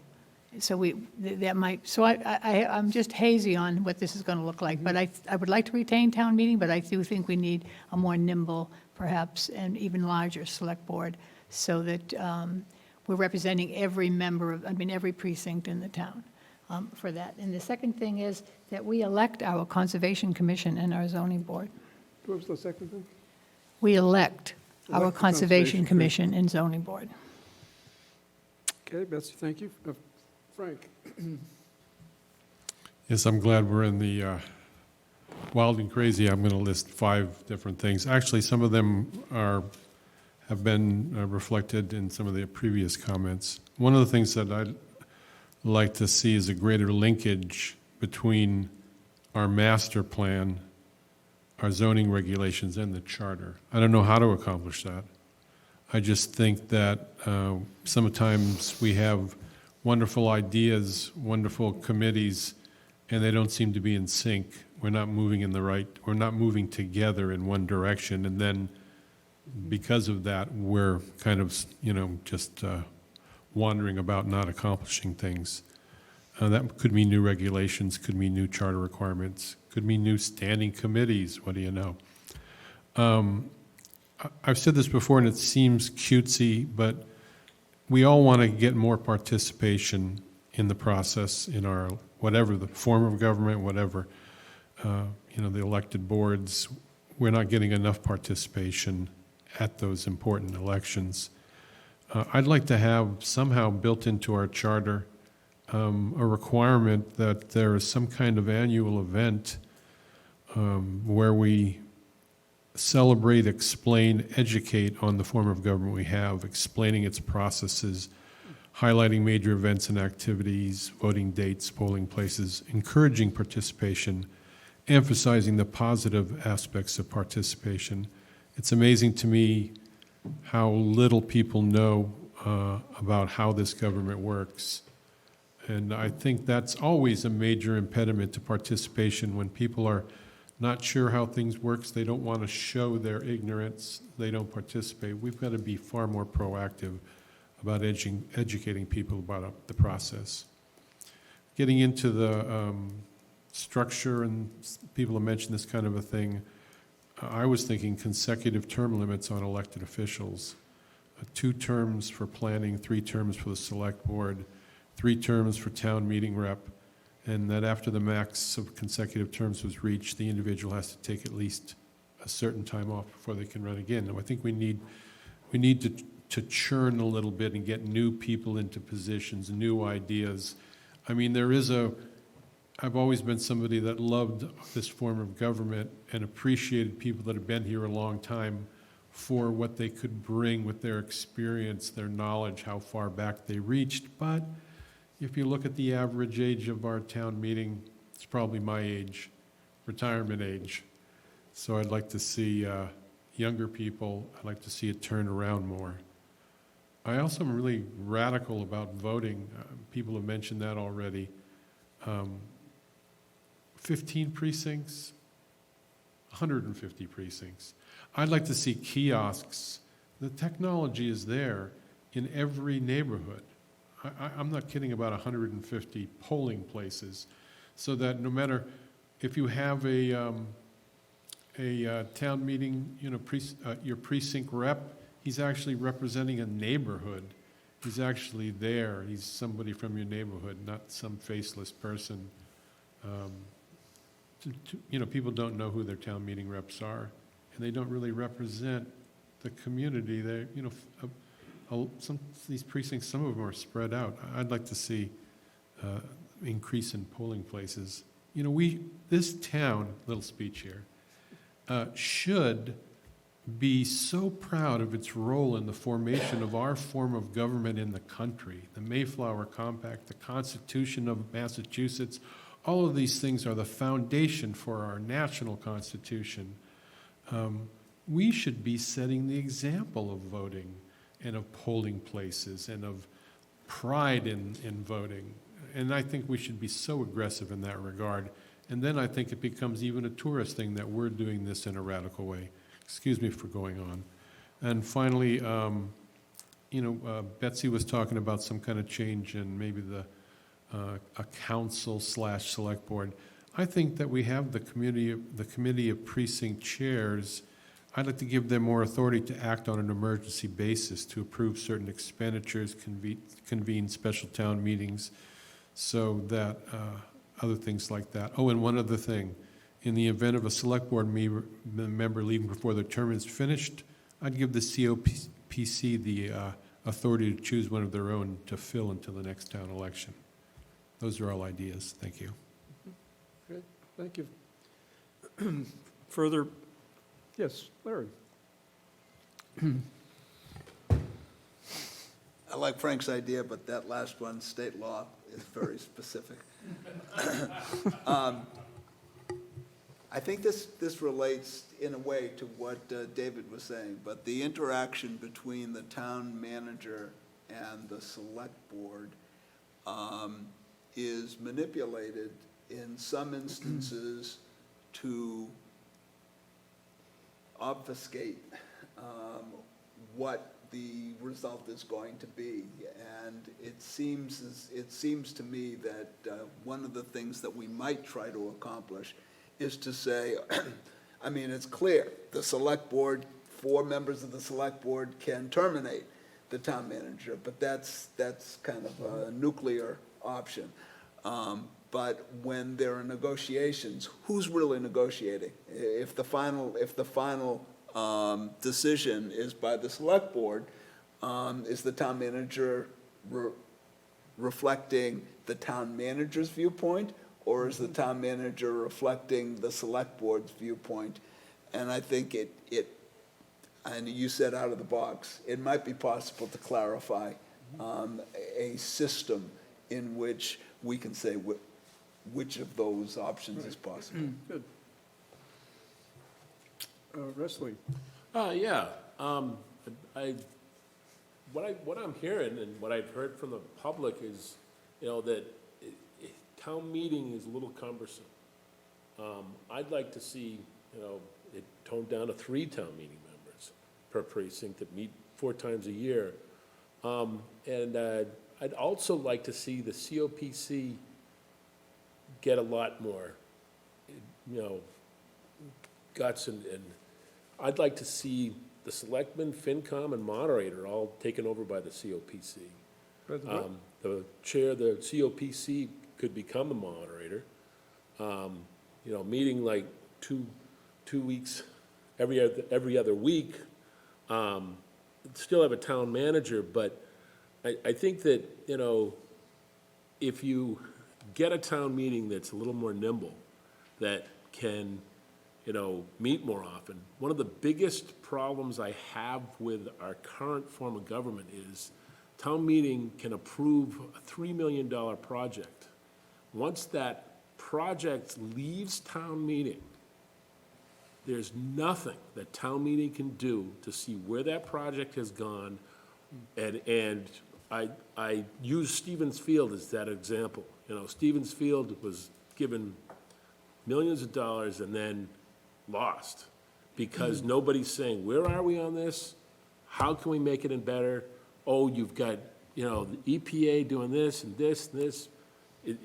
Town meeting needs to be more nimble because they need to be making those decisions. It's a $260 million budget that once it leaves there, it's 6 months before they get to see anything again. I'd also like to work with a state rep to see if we can change the election to the national election at the same time. I know it's not, you can't do it now, but I'd like to work with Matt or somebody to see if we can make that happen. I think we'd get a lot more participation. And to Frank's point about people getting more involved, it's come down to 80-20. 20% of the population of Plymouth is doing all the work and gives a damn. And that other 80% doesn't really care. Does what? Until they don't care, until they get their tax bill. And then they call me up and say, why is my taxes so big? And I'm like, well, did you vote in the last election? You're involved now. But I think that, it is something we need to look at. I don't know how to change it, but I think that, people need to know, I was asked the other day, do you get paid as a town meeting member? And I said, no. And they're like, why do you do it? Well, because I'd like to know where my taxes are going. I'd like to, be involved in that decision. So that's my 2 cents. Thank you. It'll be very good when Michelle writes this up. It'll be a very interesting piece, these minutes. Further additions, comments? David? Scott, did your hand up? David, then Scott. Okay, thank you. Lots of good ideas to talk among ourselves and listen to public input. So I'm sort of excited by some of the just initial ideas, parallels ones I've had in the past, which include smaller number of town meeting members per precinct, more competitive races, et cetera. But my history on this was perhaps yours, Mr. Chairman, which is just, I think we all share being appalled by the low turnout with the elections in the spring. And years ago, 4 or 5 years ago, I wrote Vinnie and wrote Matt and others and say, how come we can't change this to the fall? I mean, this is simple, and it's not simple because state law says town meeting form of government has to be in the spring. You'd have to change, you have to get, every legislator to make the change. So a simple solution is the city form of government, which is allowed to vote in September and November. And that's a council. A council would be smaller, would meet more frequently. But fundamentally, the quality of election and representing the people of Plymouth, instead of 8% or 10% or 12%, if you look at turnout in the fall, it's routinely 35 to 60% would have a much higher turnout if we can get to the fall. I also would like to see competitive races. I would, not empty seats that are completely empty and uncontested seats. So I also believe in whether it's 5, Dave, or it's 3, you're going to get a lot more competition for each seat by having a smaller representative body. Because I think we want a representative body that is elected with far more than 10%. So there's lots of other great ideas I've heard here. But my simplest kind of crazy idea is just whatever charter we come up with, call ourselves a city, not a town manager or a town meeting form of government, and we'd automatically be in the fall. So whatever changes we make, just, somehow describe it as a city form of government with some form of council. And I like Betsy's idea, whether it's sort of a board council, but that would be a simple way to sort of, side door, back door, getting to a fall, more competitive election. But So you think all we need to fundamentally, do is I change am, the name on the surface, just a city, and all of a sudden you're in November? Yep. yes, I mean, Yeah. that's the way I read things. Oh, yeah. But- That's what Matt said. But I like, we've got lots of ideas, and I'm personally committed to whether it's an improvement of a single word or a phrase or a whole set of paragraphs to make this a more responsive charter. Larry, did you want to comment on that? Because I understand the distinction. Unfortunately, odd Novembers, you end up in the same process. There's nothing magical about November. It's piggybacking on the people who are going for the election. That's true, but the habits of voting in the fall are far stronger than the voting in the spring. But I think your original premise of getting our state delegation involved is a very good one, because most of these laws are possible if the state Right, cooperates. which is where I started 4 years ago, saying, can we somehow change that? And let's not stop trying. I mean, anytime there's a state law that's cumbersome, then let's work on changing the state law instead of trying to work around it. Okay, very good. This is healthy exercise, I think. David? Thank you. I'm Scott- sorry, were Scott- you, Scott was next, and then David. okay. Yep. Did David go yet? Yes. Okay, just, Scott, I think you have the floor. thank you. I just want to say how happy and surprised I am that we're all not that far off from seeking real improvement. I think that one of the problems is when we say this word city, that all of a sudden it becomes a third rail. And I'm gonna tell you right now that I want to be America's hometown forever. Like I said, if we can somehow get to November, I definitely want to get to November to increase that participation and that turnout. And I'm also a little surprised that I'm a little more, I'm trying to find the right word, but a little more progressive than David's ideas. Because while I don't want us to be a city, and I never want us to be considered something like Boston or all that other stuff, there's the fact of that this next census is probably going to show us around 80,000 people. I would be surprised if it does not. And then on top of that, what most people don't take into consideration is the people that didn't answer their census. Because if you like it or not, there's a lot of undocumented people that reside in our town. There's a lot of people that just choose not to participate in the census process. So when you take that, you actually need to add a lot of people to it. And I think we need a government that reflects that size. And while I'm not going to tie myself to something, again, the third rail word being mayor, I would like to see us to, like David said, have that board assume a strong responsibility and a strong hand in the steering of our town and of our government. I would like to see, whether it's 3 people or 5 people or whatever executive level that we have, to be a full-time position, that to be in this building Monday through Friday, to be responsive to the voters. And I think that that is one of the most important things, is that the people that are making the strong hand guiding decisions of our town be responsive to the voters.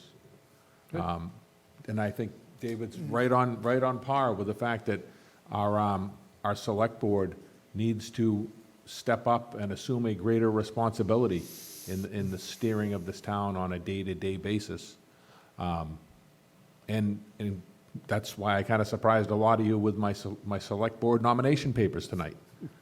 Because I think we need strong leadership, that board needs to be more of a day-to-day board. So that's my first part of the idea, is that those people be a full-time position, however many we choose to be, whether it's 3, whether it's 5, whether it's 20. They should be in this building and be responsive to the voters, because the minute they start deviating from what the people of our town want, they should be subject to recall or subject to the next election cycle, depending, which is actually probably a better word than recall, would be that that they know that the next election cycle, if they're displeasing the general population, that they're not going to be in this building Monday through Friday anymore. To follow on with that, I like town meeting. I used to be a town meeting member. And to be honest with you, and I will call you one of the old guys, David, I used to like hanging around with all the older folks that would educate me, the people that had that institutional knowledge at town meeting, that knew things. Because even when me and Billy started talking about the fight over the lawnmower, well, how long ago was that, Billy? That was like 15, 20 years ago. We're becoming the old guys. That being said, I would like to see, and I like the fact that David's talking 5, wrestling's talking 3. I would even go farther and say 2, that meets monthly. And what I want to see is these people that take responsibility for their precinct are the ones that are stepping up to the plate, the ones that are doing the work, the ones that want to be there. And like I said, even if we talk about that select board, and again, I'm a public employee, so there's no way I can be compensated in any position, so I'm not trying to talk about a personal financial interest. But I think that those people that are the select board, or whatever we're going to call them, the 5 to 20 people that are going to run this town on a day-to-day basis, are compensated. The same with the town meeting members. And like I said, I would take it down to 2 per precinct. If we have, what are we looking at, Larry? 17 precincts, at least, right? And that's just right now. That would be a minimum. That would be a minimum, because when Red Brook builds out, and the rest of the far south part of Plymouth, even at 2, you're talking 40 people that meet monthly. To piggyback, I'll steal part of Billy's idea, that out of those 40 people, there's a Ways and Means Committee. And those 40 people are the ones who are your FinCom. Scott, that's interesting. I was thinking Ways and Means when I heard Bill Cohan's comments. And Ways and Means Committee. and that's like I said, and maybe maybe there's some deviation, maybe maybe 2's too small, maybe it's not. But I want to see people that are people like us, people that step up to the plate, people that commit to come in. We commit to come in here at least twice a month. David might as well have his own parking space. Same with Billy. Might as well have a designated parking space outside of this building. And I want to see more people that want to step up to the plate like that. I want to see the people that care about their communities, people that want to be here to be the change. And like I said, if we're gonna call it a town meeting, whatever we're gonna call it, if we're gonna use the evil city word just to get to November, but I think that body, that legislative body, right now, 100, Larry, 100 and what? 135 of people that stepped up to the plate, and I commend them for that. But the fact that it took us till August to have a town meeting. Okay, Scott, thank you. All right, sorry, I'll go on and on, Lot of but good I'll save the comments. rest for another time. There's a lot more in the box than I think I anticipated. David? Well, I just had a follow-up, because I remember an election, but I have to preface what I say with, I'm kind of like a dinosaur and things have changed, so I'm going to ask Larry. I remember an election, you can always piggyback state and federal, but I remember an election where we had either, it must have been a state or a federal election, where we had two separate check-ins and check-outs. So you went through, you checked in, you got your ballot for the state or the federal, whatever. You checked out, then you had to check into another check-in to get the local ballot, and that was to fill a vacancy, as I recall. And then you checked out, so it was kind of cumbersome. Okay, Larry? I think that was actually for a question, and questions have a greater flexibility, and you're right, there's also,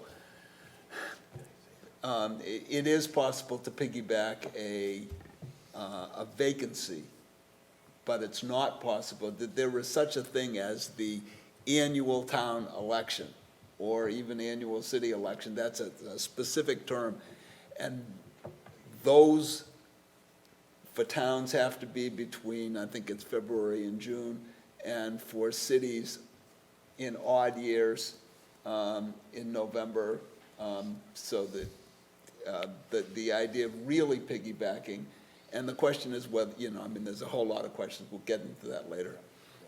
Okay, Bill, do you want Yeah, just a follow-up to having listened to everyone, and just going back to my original out-of-the-box idea of a kind of a Ways and Means Committee. I'd like to take that one step further, because wrestling touched on it, and I know the Committee of Precinct Chairs have been talking about this legislative oversight for a number of years, trying to keep an idea on the actions of town meeting. Where are these articles? There's currently a subcommittee working on a proposal, and they're going to make that available to this committee to consider as part of some of the changes. oversight? Oversight, legislative oversight, their concept of it. But it really does come down to this $260 million that we're going to talk about quite a bit.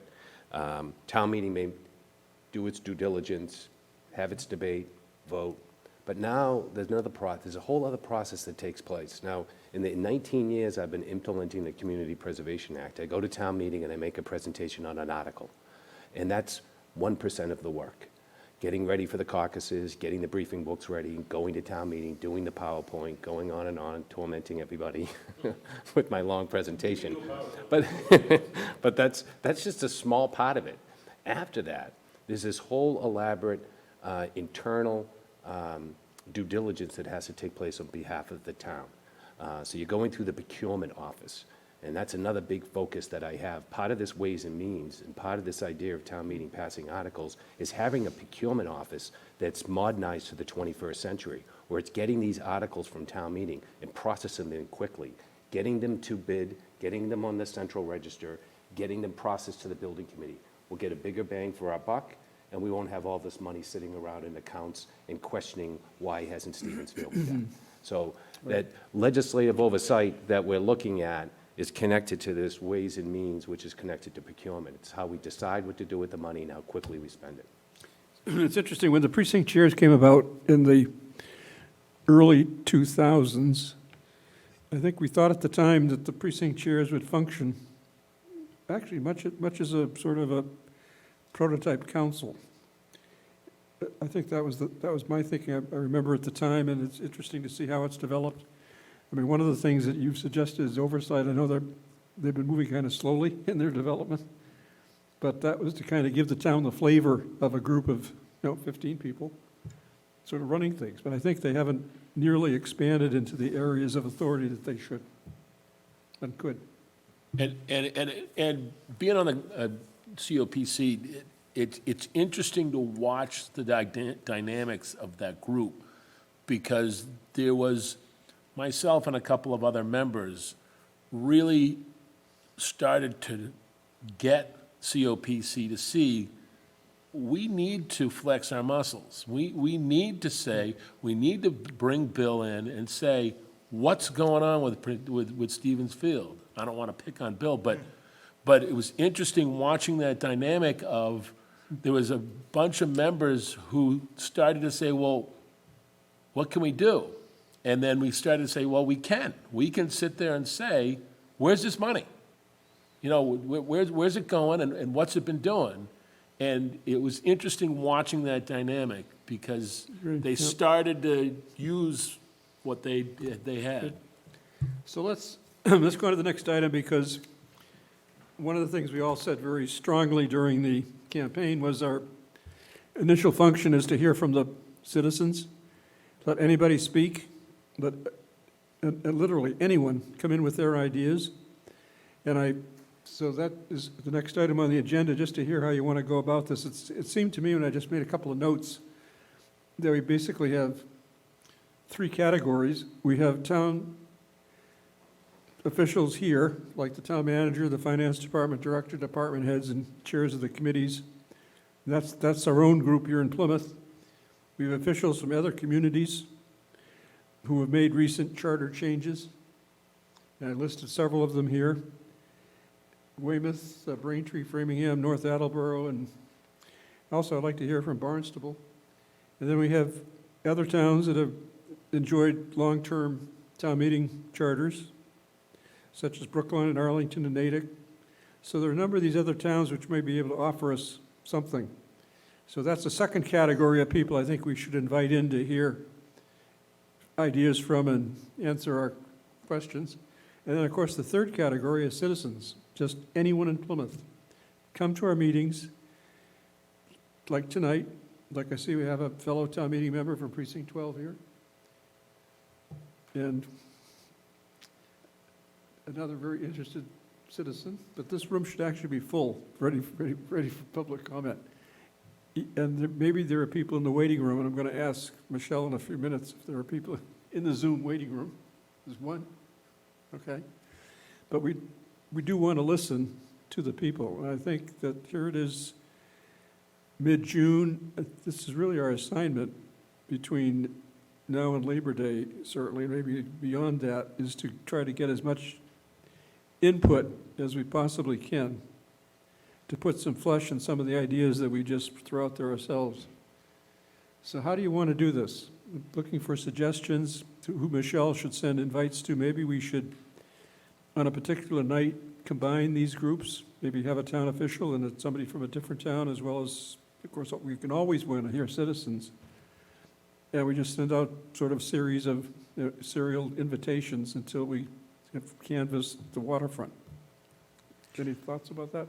Mr. Abbott, I also think that one of the common threads that was through most of the comments was our concern with the poor turnout at elections. I think we should get some, voting experts, some voting advocates in as well to educate us on the latest thoughts and or innovations that are available. Okay. Frank, you said voting, people with voting rights types, okay? Good. Right. There's a lot of different ways you can vote, but there are also people that are experts in getting the vote out and techniques and processes, and we should hear from them as well, I think. Right, definitely. And one category I didn't list, but it seems to me that our state legislators, particularly now they're dealing with these voting rights laws at the state level. It's very, very active. Several of them have been thrown in the hopper, and it's become a very vivid, red-hot issue at the state level. I'd like to hear what they have to say and how we can get the benefit of it here in Plymouth, and maybe put something in the charter about it. So I'd like to add them to the list of folks to be invited in. David? Yeah, just to clarify what you were saying, among the invitees would be Pardon me? existing committees within our current charter. I'm thinking like open space and land use And those folks, even if overall structure and other things, may change or may not, I think each of those, active volunteer committees should take a look at their own charter, potentially update it, grow it, and take a look at it and see if there's other needs. So among all of our invitees, I'd also want all those volunteer committees You to be think they should coming. be brought in? Yep, right, good. Betsy? In the third category, residents of the town, I recommend that we invite either through email, give us your ideas through email, or publicly, in person, anybody who ran for Charter Commission. So I guess it should be public. You mean here in Plymouth? Right here in Plymouth, yeah. So if you ran for Charter Commission in this last election, Right. then all of the residents who ran for Charter Commission who were not elected, that we check with them, why did you run? What were you hoping would happen? What ideas do you have? Okay. So is there any further input here? I think the wrestling? Yeah, I think it's one of your topics, but ex-selectmen and ex-people that have been involved in the government, because they, David, I know has been involved and can say, this worked, this didn't work, this drove me insane because it didn't work, or stuff like that. Okay. So I will, hearing all these suggestions, I'll work with Michelle to come up with a list that's spread out over several meetings and how we're going to invite them, and I'll circulate the list, and we'll get started doing that. The next item on the agenda was just something that based on the way we've done it in the past, if each one of us on our own selected 3 charters, which are all available now online, and just read them, and then tell Michelle what towns we've read, keep notes, and just do this. We don't have to make a report or anything until we're ready to get together and see what we've got, but that's the way we find some interesting provisions to get in our charter. For example, that's where I found the one on town meeting member caucuses. Well, I think it was like Bill Ricker, one of those towns north of Boston. I just read it and said, hey, that makes a lot of sense. But there may be other provisions, I'm sure, in these charters that towns have innovated that may be attractive to us. So I would just suggest that we each take 3 charters from just random, whatever ones you're interested in, read them, and make your own notes, and tell Michelle what towns you covered so that we don't duplicate our efforts. So we might come up with something interesting. And now we are to the public comment stage. We hope there will be public comment. So Michelle, why don't we take the person who's waiting in the waiting room at Zoom? We'll see how this goes. And then we'll take our own public comment.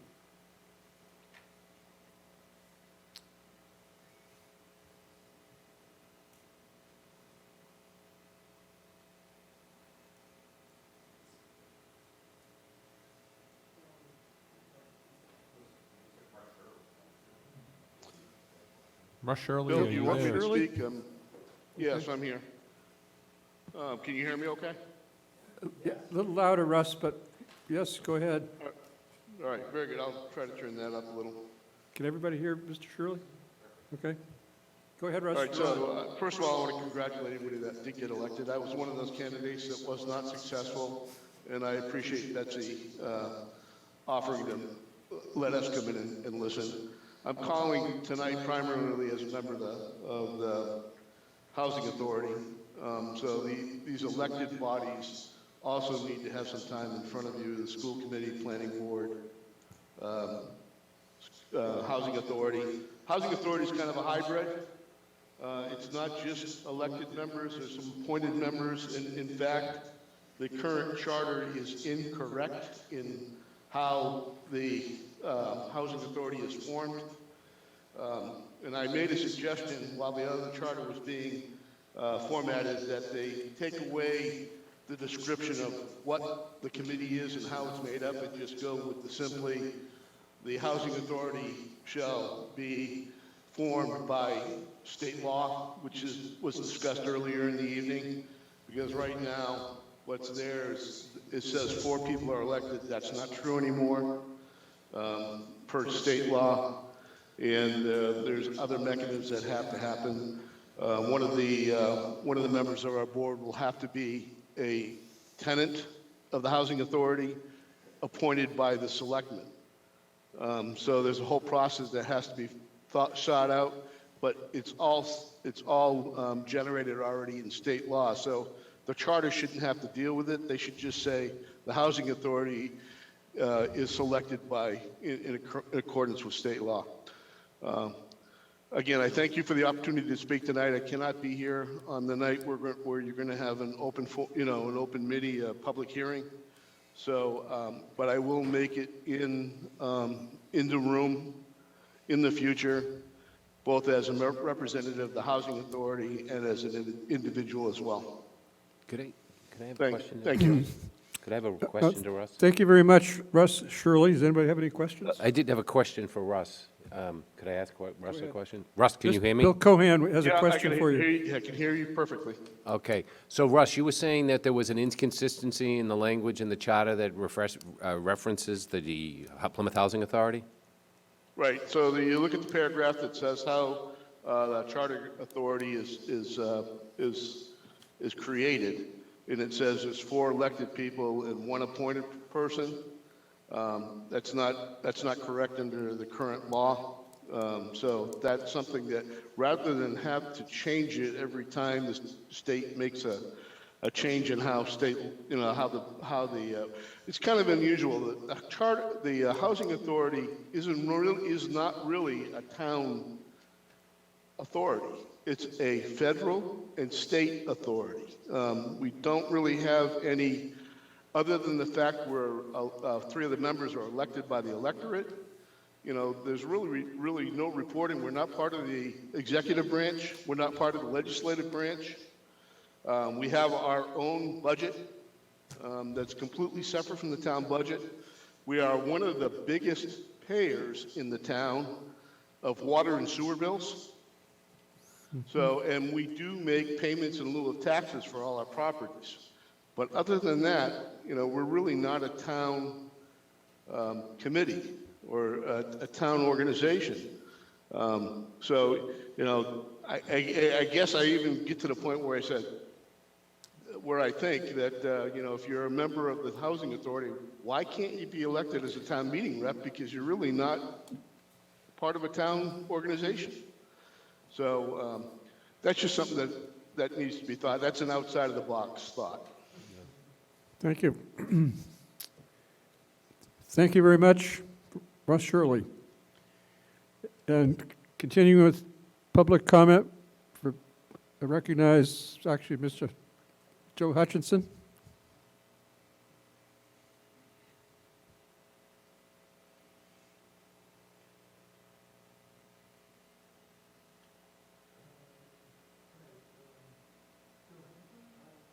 For this august committee and lost.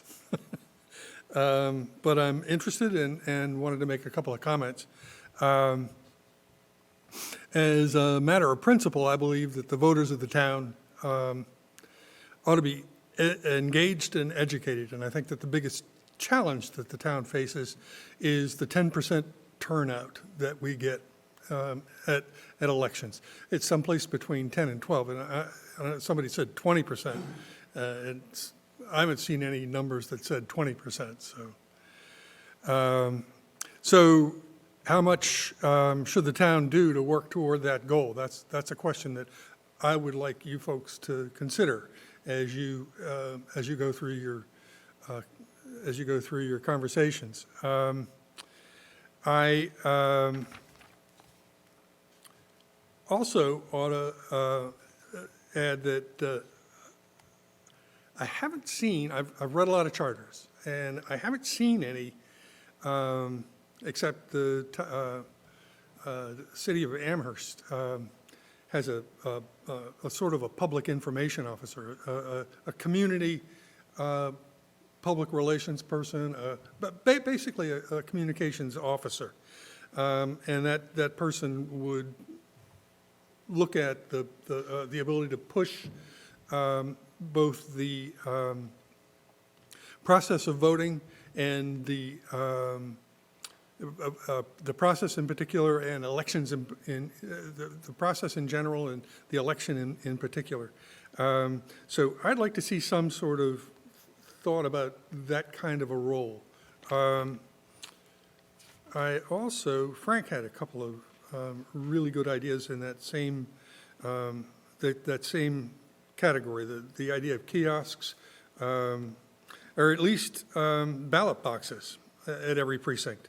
Those sorts of additions to, I mean, I think you can put these things in the charter, and to your point, Bill, about an extra, I think you could put an extra section in the charter, a section 8, if you will, on how the town can process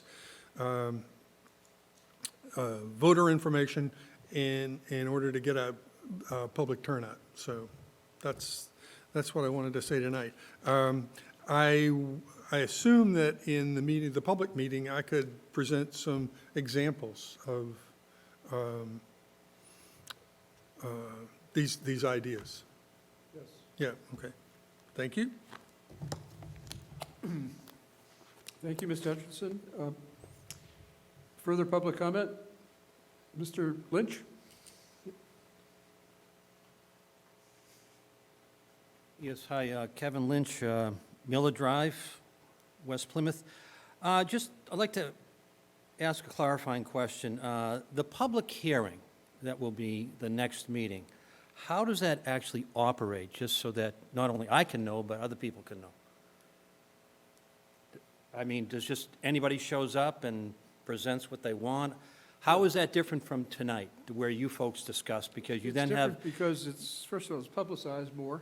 It's Oh, for those that read the legal notices, and hopefully it'll be more of a news story. It is a public hearing where the citizens are to be heard, not us, not, we're here to listen. We want to get as many people here in 2 weeks as possible, but there's no limitation on who can speak. Any citizen can speak for a reasonable amount of time. Obviously, we don't want anyone to, speak beyond, say, 10 minutes or whatever, because we have a limited amount of time.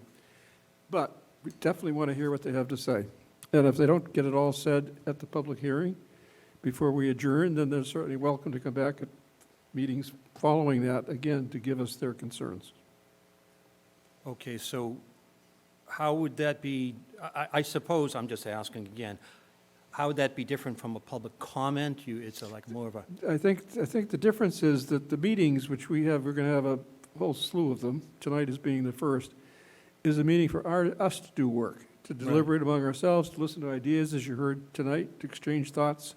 And the public comment is really just that. It's comment on what people have heard discussed among the members. But the meeting is for the members, basically. Okay. And there will be some input, but it's not the public hearing, which the sole purpose is to hear from the public. And my guess is to hear from the public is to get the public's ideas and thoughts. Yep, yes. Okay, a more extensive time versus public comment is just very That is brief. correct, right. Okay, my concern is this then. I see it'd be the third meeting is the public hearing, and people can then express their thoughts and ask deep questions. But then I think I heard the lady up here say the next public hearing isn't until the preliminary report is... But Mr. Lynch, right now, we're stating the legal requirements for this I commission. understand that. I We may also have want to public- clarify that also. Yeah, we may have... Legal requirement is here, Right, we can let's have say a public next hearing whenever meeting. we choose to by a vote of this commission, but as long as we have the required legal public hearings, Okay. we're okay.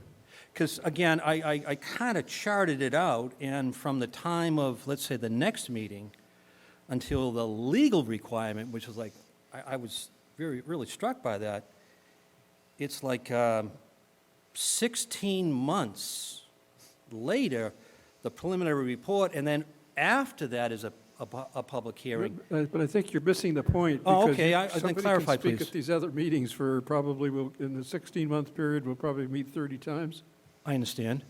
Okay, so there's going to be ample opportunity, but obviously we want to hear something different each time somebody speaks. In other words, we want input that we can put through the mill and come up with something productive So in the charter. there will, again, public hearing, legal, third meeting, and then 16 months later, at the minimum. And so now there's a big gap between that time, and the hope is that you folks will have more people come in, and you will, based upon maybe feedback you get from the folks, you'll want to go and says, sure, come in and have, we'll call it another public hearing. Would that be something that you folks would be open to? You've seen the process that we just went through with the meetings for the 2017-18 commission. We actually pleaded for folks to come in and talk to us. We asked them to come in, even if there was the same person 3 nights in a row. But again, this is just like the municipal election in the spring. It's difficult to get people to get up and come down here and participate in our meetings. This is why we've added the Zoom feature, to make it a little more easier for somebody to offer their comments without having to actually physically be here. But I don't think any citizen's going to be feeling when it's over that they didn't have time or opportunity to speak. Okay, I'm just trying to get that, just kind of get a feel for that. So I guess it's really incumbent upon you folks to really somehow or other gin up the interest of the community. And so I leave it into much more qualified hands to do that. And my hope is that next meeting, that we'll hear some of your ideas to gin up, like I said, get that interest up, because it is sorely lacking. And what I don't want to hear, though, please, Is what- how the bad public doesn't show up if they're not informed properly. I think the town does a very, very inadequate job informing the people, because our de facto trumpet is the old colony, and a cumbersome, dare I say, very difficult, non-intuitive town website. So I throw that out to you, is that perhaps to Thank you. perhaps get another avenue. Mr. Chair. Any other, yeah, Betsy? Speak to that. Thank you, Kevin. This is something that you all, often bring up, and that is can we effectively reach out to the public? And because this is on TV in a public hearing, I want to say that the town manager's report is being read by many, many people I know. And it's available in a number of different ways. I know the senior center sends out a copy, and Melissa Rodriguez sends out a copy. So to the public, that would be one way, if we could ask the town manager to include in her report that this is happening. That would just be another audience. And the senior center would be, maybe their newsletter would another be one. another audience. Here we So- go, the ideas are flowing. So I think there are other ways, and I agree with Kevin, anything that we can do to let the public know. And I hope maybe during the public hearing, people will come with some very out-of-the-box ideas of how to get the people more informed. See, Thank you. it's a process, Mr. Lynch, that you have to, one thing has to lead to another. So this meeting tonight had very little publicity. Right. I think all anybody knows is that there was an election in mid-May, Yeah. and there was, Charter Commission was elected, period. There was no publicity given. We have no press relations person. There was nothing in the newspaper. But going forward, that's going to start. Great. This may be a report of this meeting. There's a lot of very interesting ideas that came out tonight, that if I were just a citizen of Plymouth, I'd want to know what they're thinking. Right. because Okay, it that's affects great. me. So I think Maybe, the interest, what I'm saying, the interest Again, I'll is come back with hopefully- some ideas next meeting. The interest hopefully will build as the process goes forward. I think it should be fantastic, and we're something, looking yeah. forward to a robust discussion. Thank you. Thank you. I would suggest a Twitter account. I would say a Twitter account and a Facebook, yeah, because the town has a Facebook page. Whether we choose to have our own sub-Facebook page is another one, but if we just want to put it on the town's Facebook page, at the very least, they probably have a a strong following, I would suggest. I'll have to look, or if we wanted to make our own Twitter account where we, if we could Right. entice the public in, what is it, 60 characters or less, or something like that? We'll have to look at that. We'll look at that. Those are my Bill? suggestions, thank you.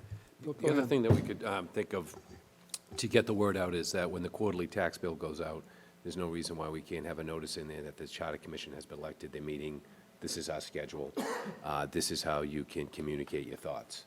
They have a public comment. So there's different things that we can do, not only with the town website, not only with the town Facebook or Twitter, but also with the already operating systems that are in place within Town Hall, in the treasurer's office, when they send out the tax bill, to see if there's any chance that we can put something in that envelope to let people know that we're meeting and how they can engage us.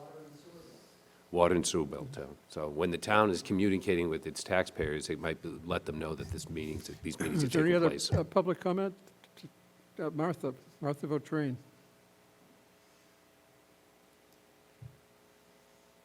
Martha Votrain, Precinct 4. I didn't know if there was a meeting beforehand or not, so maybe you could tell me and the public about how, Mr. Chairman, you were chosen. And somebody mentioned in the beginning that we met 2 weeks ago, so could you tell us about that? Talking about publicity, Well, I just- thought just- this was just the for the first record, meeting. we're going to discuss this in a few minutes, and hopefully quickly before we adjourn, but the committee is planning to meet, if the commission is planning to meet if they approve this every first and third Thursdays, and you should be able to count on that. And the dates that I'm going to propose here in a few minutes are the first and third Thursdays. Oh, I'll certainly wait for your Right. report to Okay. review that.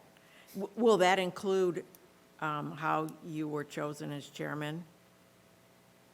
Were you chosen as chairman at a meeting 2 weeks ago, I guess is the question. Okay. I think the question is was that Zoom meeting recorded in a place where she can watch it? Yes, it was. The meeting was recorded. I didn't think about that. Yeah, the clerk's office would have I those. was that just curious The clerk, if I had missed something. the clerk would have the information on that meeting. That meeting was an organizational meeting that having no chairman, it was difficult to set an agenda and plan our next meeting. So Oh, I they had understand that. I was They had their curious how you initial would get meeting started. through Zoom, through public notice, and an agenda being posted. It was a posted meeting to organize the committee so that it could have this meeting. Yeah, that's actually the next item on the agenda were the minutes from our Thanks. last and first meeting, which was the 27th of May, and I think, again, that was the organizational meeting, so I think, Michelle, why don't you and I work together to get those minutes done, and we'll approve them at our next meeting, because there's nobody, you weren't here that first meeting. All right, so is there any old business to come before the commission? In terms of new business, there's a couple of items. First of all, there's $7,500 now in a town account for the Charter Commission. If we need more funds between now and the fall, we should ask for it in the fall town meeting by submitting a request before the warrant closes in late August, or whenever the warrant closes. And if we need more than the $7,500, we can certainly discuss that in the future. I can't anticipate why we would need it that quickly, but it's there if we need it. I do have under new business, two things. One is I asked for a motion, which is in your agenda, to authorize the chairman to approve any and all Charter Commission-related expenses and invoices for any item not exceeding a cost for this commission to determine. So there's a blank, let's fill it in, for processing. For example, Michelle had incurred a charge to the Old Colony Memorial for the public hearing notice of $52, I think it was. So I just need a general authorization. The town manager asked us to approve such a motion. So, Wrestling? I would make a motion that we authorize the chairman to any related expenses and invoices for not to exceed $200. Okay, it means I'll be coming back to you every meeting with something. That's all right. The motion is that, Would $500 be better? yeah, I have no idea how the. Okay, expenses- then I would redo my motion to not to exceed $500. That's fine, let's just see how that works. I'll second. It's been made and seconded that the chairman be authorized to approve expenses not to exceed per item $500. If it is to exceed $500, then it'll be brought back to this commission for approval, for a vote. We'll see how that works. Yep. Any discussion of that motion? Yes, I keep a record and will report to you the expenditures. I Is would, there any further discussion? It's been moved and seconded. Scott? yes, sorry, it's getting late.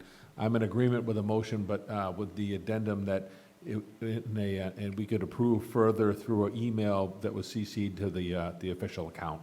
Would that be considered acceptable? If, say you had a bill that had $600, I and think instead of that- waiting for 2 weeks for us to come back here, would we want to do that via I don't email, or think do you want to do it in I person? think, Scott, any approvals have to be within the, I would not amend my motion to that, just I because think it's the an approvals have to be open done meeting. here at this. Okay, it was a suggestion for streamlining, and that's the only reason why I made it, so. So do you still want to have an amendment, or? No, that was just a So the suggestion. motion has been made that the approval cover any items not more than $500. After the expenditure, the commission will be advised of the expenditure, and if it's going to be any more than that, then I'll bring it to you to begin with for approval. Any further discussion? All in favor of the motion? So that's unanimous, thank you. Just one note, the campaign finance report must be filed Monday by the 14th in the clerk's office, or you're subject to a fine. If anybody has any questions about how to fill it out, I'd be happy to help them, because I've filled it out. It seems to be very easy to fill out. But it's due this coming Monday by close of business. Now, on the meeting schedule, the dates I'm going to propose are slightly different than what were in the agenda, because David Peck, you'll see that we did have July 8th, but that conflicts with your building committee. We caught that. Yeah, you and David Malaguti. Either that, or we'll So we change our fixed meeting that. as we did this evening. I fixed that so that the meeting would be July 1st, not July 8th.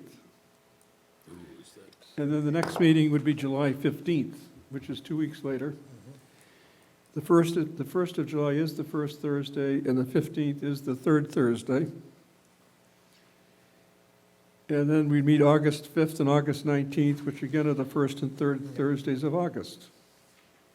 That looked There fine. is some issues in September with the Finance Committee.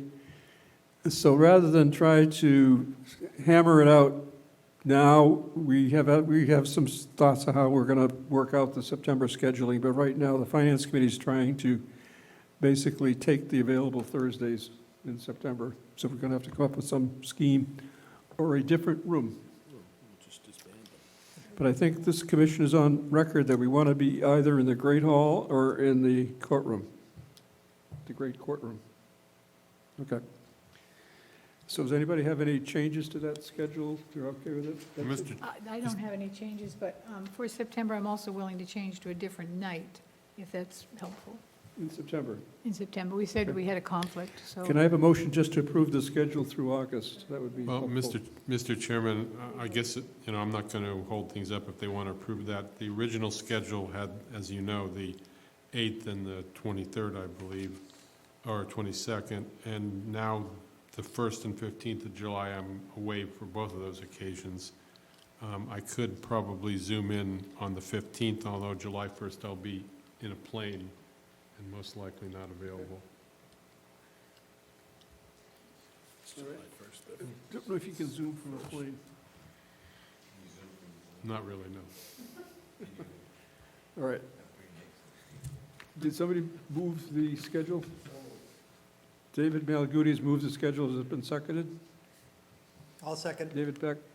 So it's moved and seconded that the dates be the July 1st, July 15th, August 5th, and August 19th. And the public hearing on June 24th. Any further discussion? So all in favor of those dates, please raise your hand. It passes unanimously. I think, Frank, did you abstain? No, I said yes. Oh, he said yes, okay. I went along. It is unanimous. And actually, it being 9:30 right on the dot, that concludes all of our business. Unless anybody has any further new business. A motion's in order to adjourn, and thank you very much. I'll make a motion adjourn. to adjourn. Then we are adjourned until the public hearing on the 24th of June. Thank you.